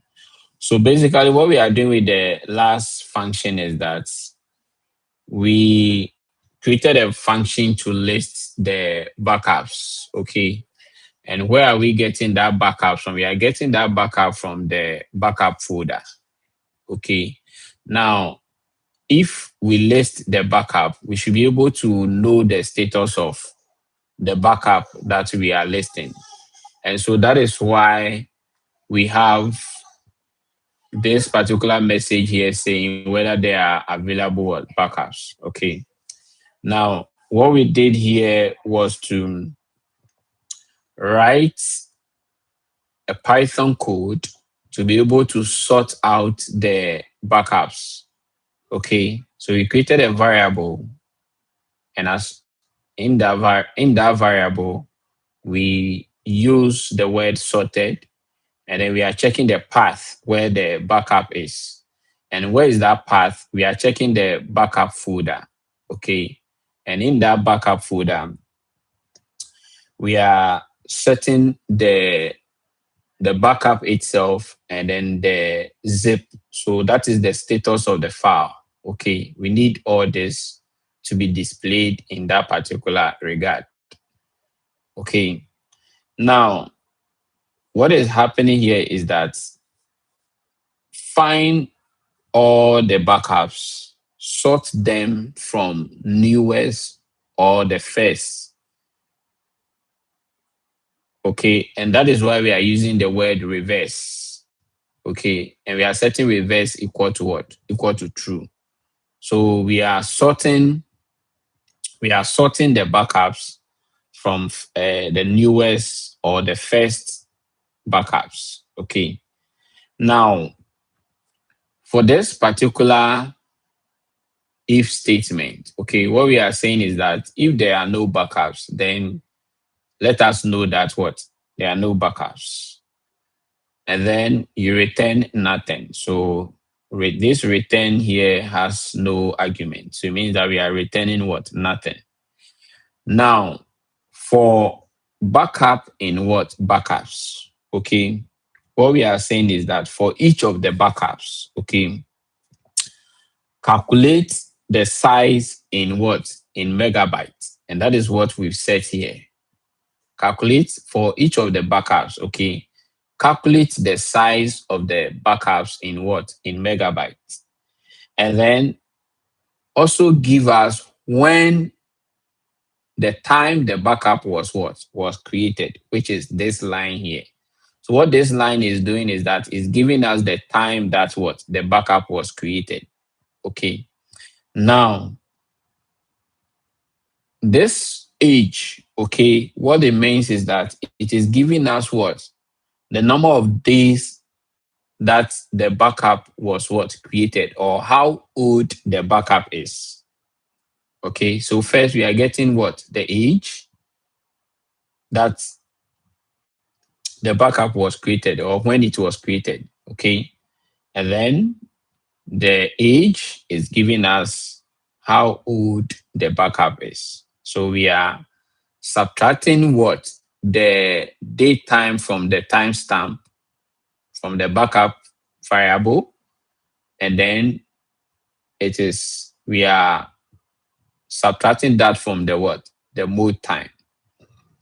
And like I said, the mode time gives us when the backups was what? Was created.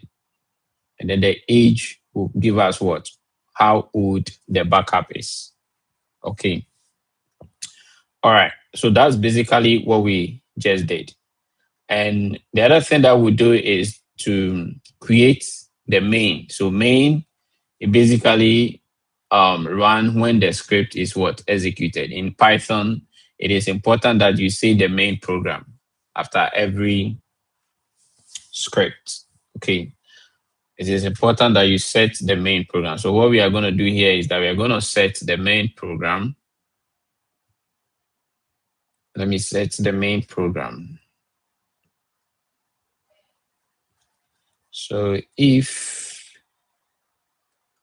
underscore underscore name underscore underscore equal to underscore underscore main underscore underscore, then this, then run the program for us. All right. And we are importing the system, import the system files.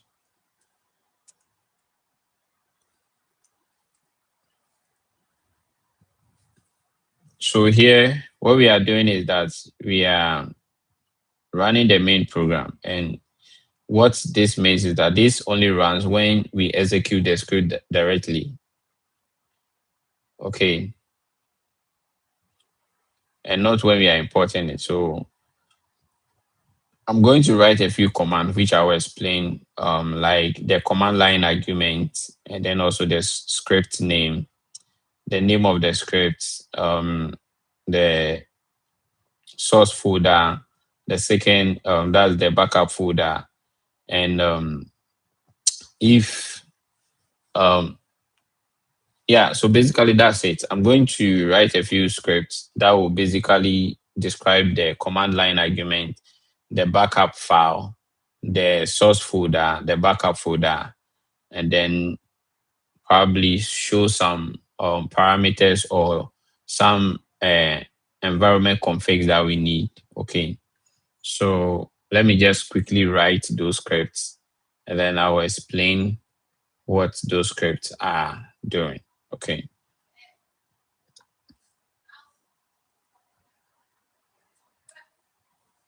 So the first one we have basically a simple usage of the six. Okay. So if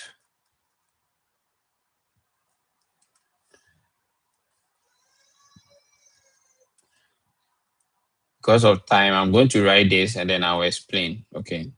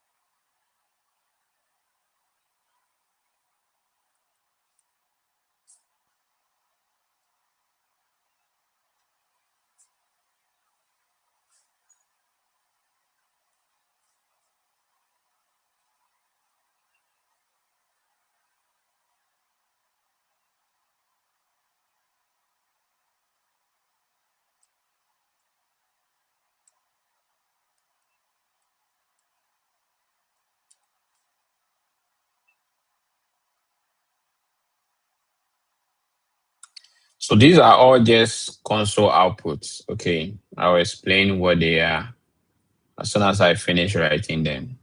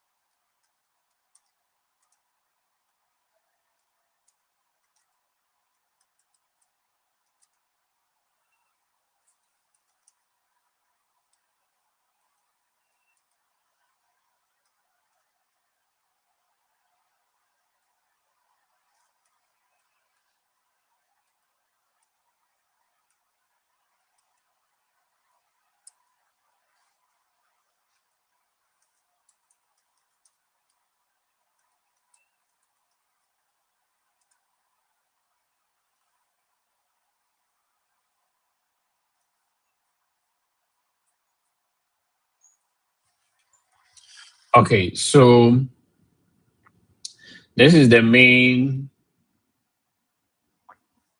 function that will be running.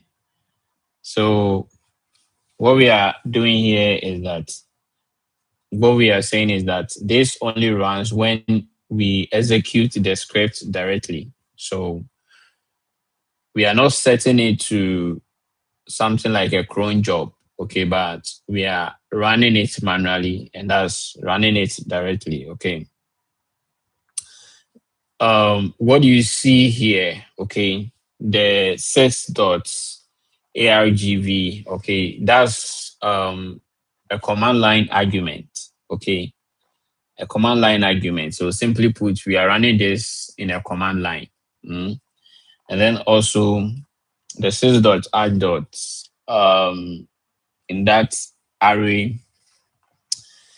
array, we have 0. Okay, so we are setting what the script name. So as you can see, I have two um things that I've described here, which is the backup, the the um the backup, the script name. So the script name, we are setting the script name to what? Backup dot what? Dot py.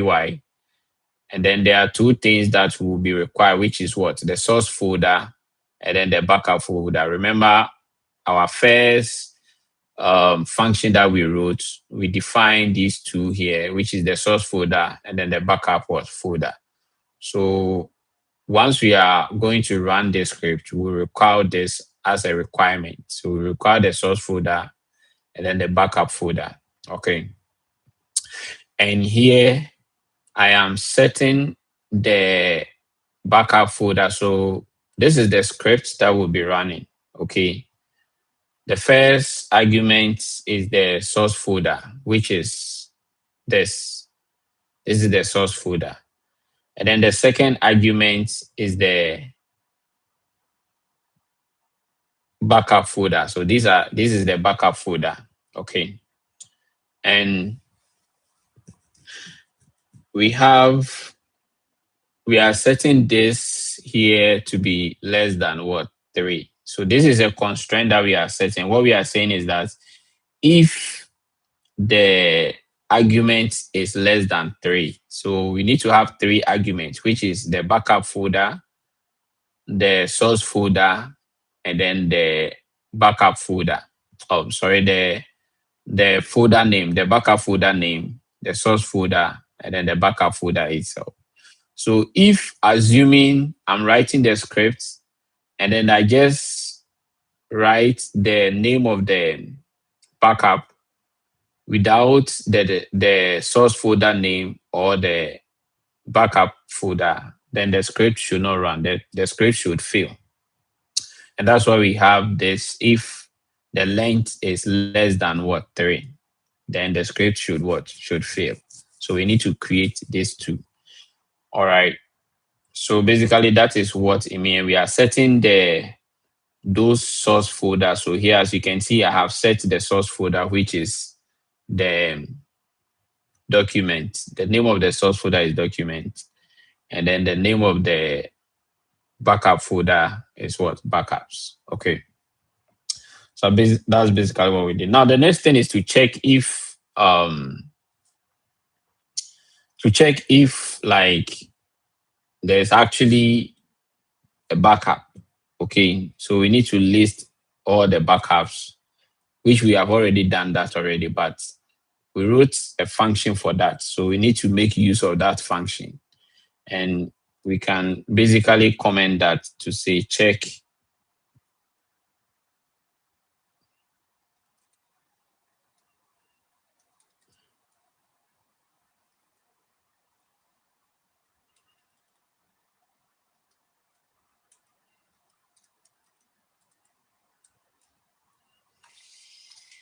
So in this regard, we are using an if else state. So if list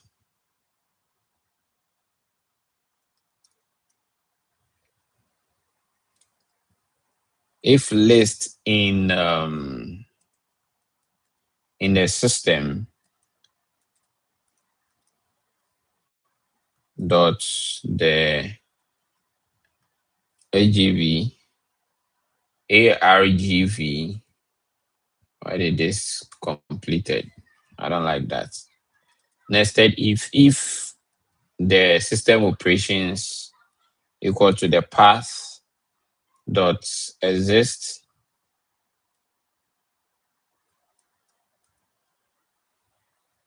which part are we looking at? We are looking at what? The backup directory. Okay, so we are looking at that backup directory.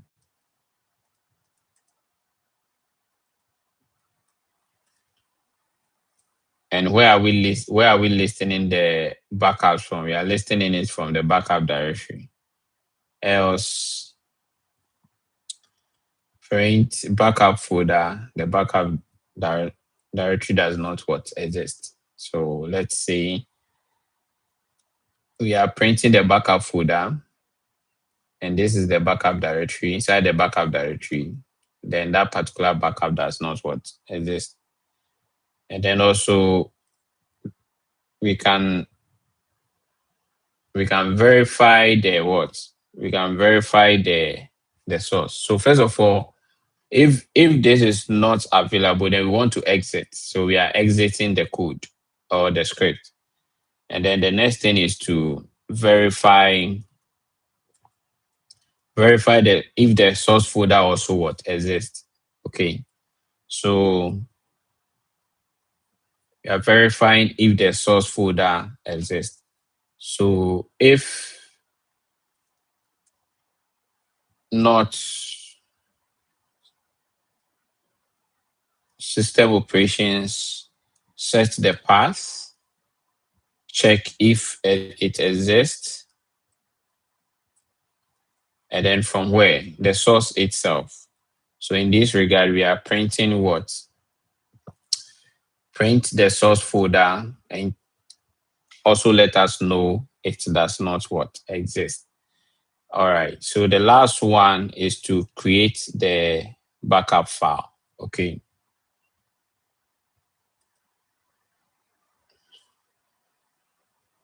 So the last one will be to create the backup file. Then we are done with the script. Then we can go ahead and test out the scripts. So let's create the backup file. Okay, create the backup. Where are we creating it from? So backup file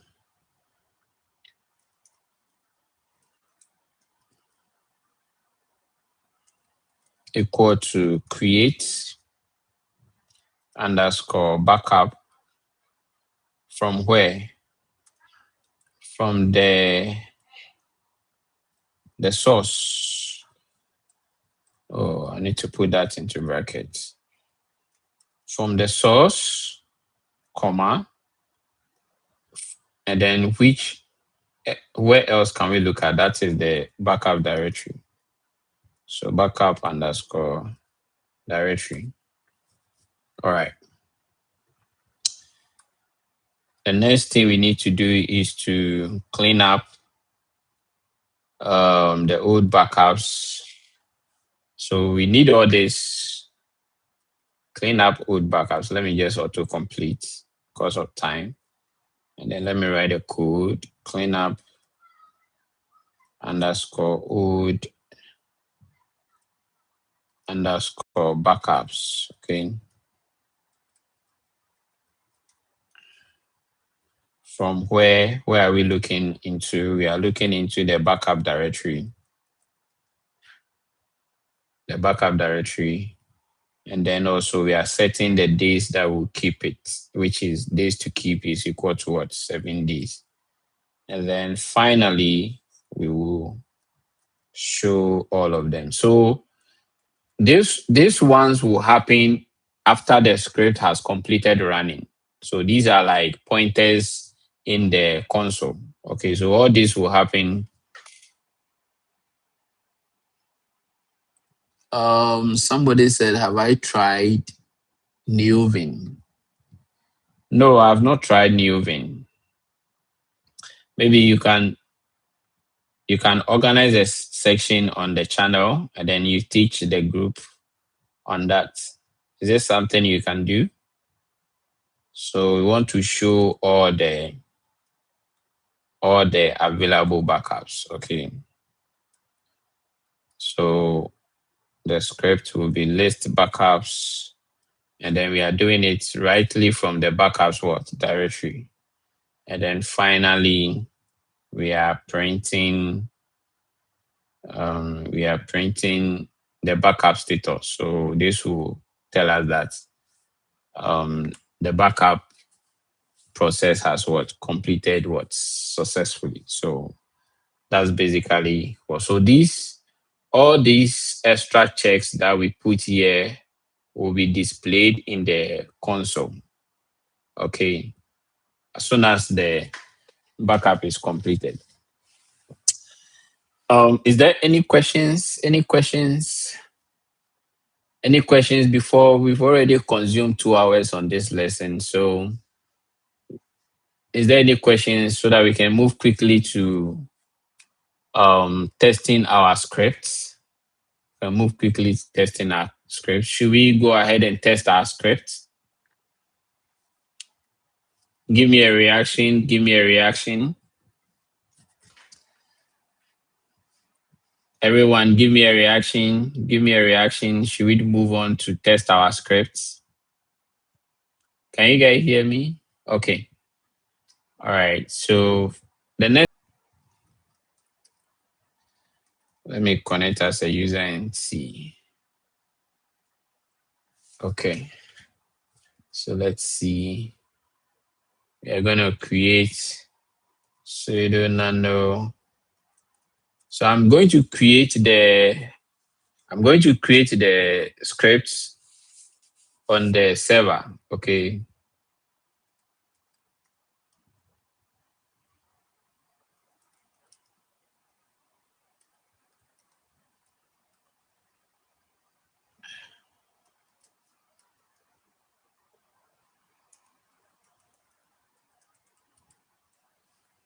Okay, so let's copy the scripts that we wrote.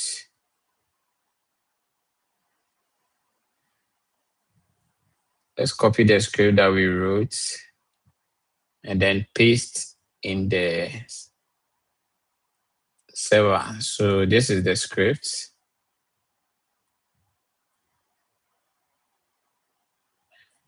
Okay. So now I'm going to save the script. So I just save the scripts. And then when you do ls, so that's the file that we created.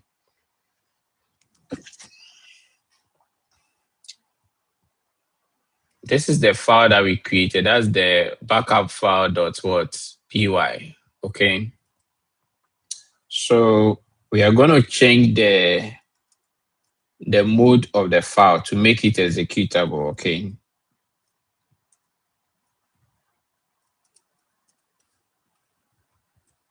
So you just copy the file and paste. Oh, made a mistake. So it should be change mode. Okay, so now we can run the file.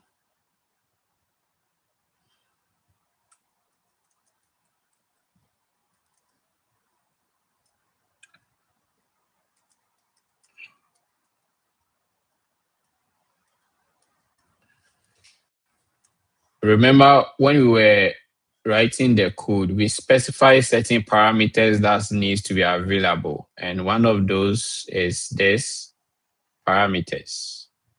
So let's copy this. We can copy and paste. And then we hit this backup file command node. Oh, I made a mistake. I need to bring the full stop. Did somebody raise their hand? So you see how fast it was. Can you see? So we have the messages that we printed in the console. So you see this particular message. I wish I could open this side by side. So this message, the first message was creating backup from this particular function. Okay. And then we also mentioned that you want to print the source folder and then the destination folder. And that is exactly what we have here. So as you can see, we have creating backup. We set the source folder. As you can see, we have the source folder here. That's home, Lloyd, and then what? Document. Okay. And then we set the destination folder. So as you can see, that's the destination where the backup was created. So we have the home directory, and then the user is Lloyd, and then the backups. So the backup folder, and then the document. So as you can see, this is the main backup that has been created. Okay. What I'm highlighting here, this is the main backup that has been created. And then we also mentioned that we wanted the backup file size. Okay. So as you can see, it's a backup was created, and that's the size. Because there is nothing in this particular backup on the server, you can see the backup size is what? 0.00 megabytes. Okay. And then we also write a function to clean up the old backups that are older backups than what? That are older than what? 7 days, which we created here. Yeah, this particular function. So then we set the those backups to be what? Deleted if they are older than what? 7 days. And this is what we have here. So cleaning up what? Older backups older than what? 7 days. And then we also mentioned that we want to list we created a function to list the available backups. And this is what we have here. As you can see, we have the what? The available backups, which is this one, this function. So list backups. So yes, the available backups. And that's exactly what we have here. So as you can see, the backup that we created, this is the only backup that was created. So this is the list of available backups. And we also mentioned that we want to see the size. So we listed certain parameters. We want to see the size. We want to see the date, and then when the backup was, the date it was created, and then when it was created. So as you can see, we have the thing we saw was what? The size, which is what? 0.00 megabyte. And then the age, 0 days. It was created right now. So it is what? 0. If we check back on this backup after 7 days, you see that the age will be updated that this backup was created in the what? In the last 7 days. And then we also mentioned that we want an update on the backup process. So you can see that the backup process was completed. So this is the last statement that we wrote here. Backup process was completed, which is this one. So when you go to the terminal, you can see backup process was completed successful. So yes, and then I don't know if you people realized it, but you see how fast the backup was what? Created. And all the parameters that we set that we want to see in the console, you see how all those parameters were. So basically, that is one major advantage of what? Learning automation as a DevOps engineer. Yes, writing the code or the script takes time, but then it takes you, like after writing the code, it takes you it take away a lot of burden from you as a DevOps engineer, because now that I have this script, every time I want to perform a backup, I can run this script, and then it takes less than a second. It takes less than a second to create this particular what? Backup for me. So if in the code we have functions where we want to push these particular backups that have been created to another server, we need to also write that logic. So for your assignment, I'll share the script with you people. I'll share the script with you people.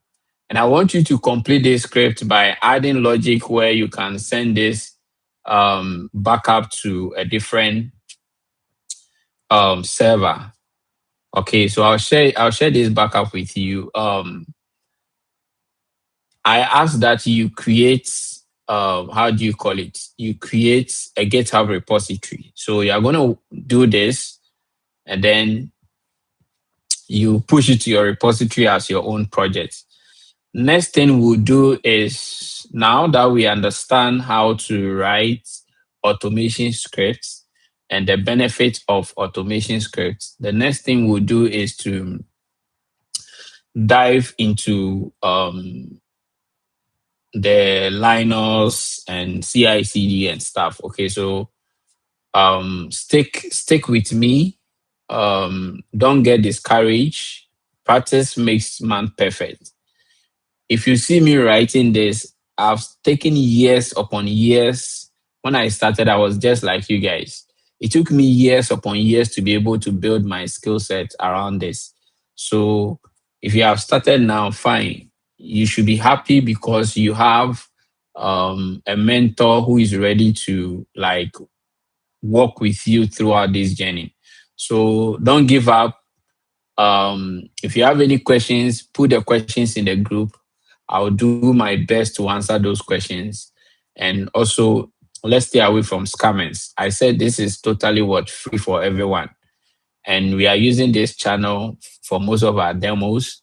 So if you haven't subscribed to the channel, kindly subscribe to the channel and let's grow the community together. Okay, we'll buy courses, we'll buy cloud platforms where you can be able to use those things, those cloud and all of that. So subscribe to the channel. Let's learn as much as we can.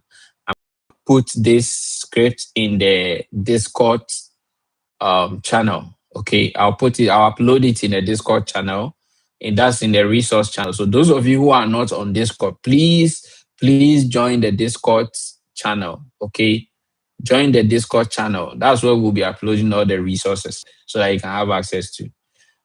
Thank you very much for staying throughout this process. I really appreciate each one of you, and I believe that you have learned something from this. If you have any questions, you can go ahead and ask. But if there are no questions, we'll end the sessions. Please go back and watch the video, comment, ask all the questions you want to ask under the comment section. I'll come back and then answer all the questions that you have. Okay, go back and watch the video. Watch the video as many times as you can so that you can learn from what we just did. I don't want anybody to be left behind. Okay. I don't want anybody to be left behind. So take your time, go and watch the video again. If you don't understand anything, just ask a question in the comment section and I'll come back and then what? Answer your questions. Also, join the Discord channel and ask questions, the WhatsApp channel as well. Thank you, everyone. Thank you, everyone. Have a great evening wherever you are across the globe watching this session. I really appreciate all of you here. Have a good evening and enjoy the rest of your day. Bye bye.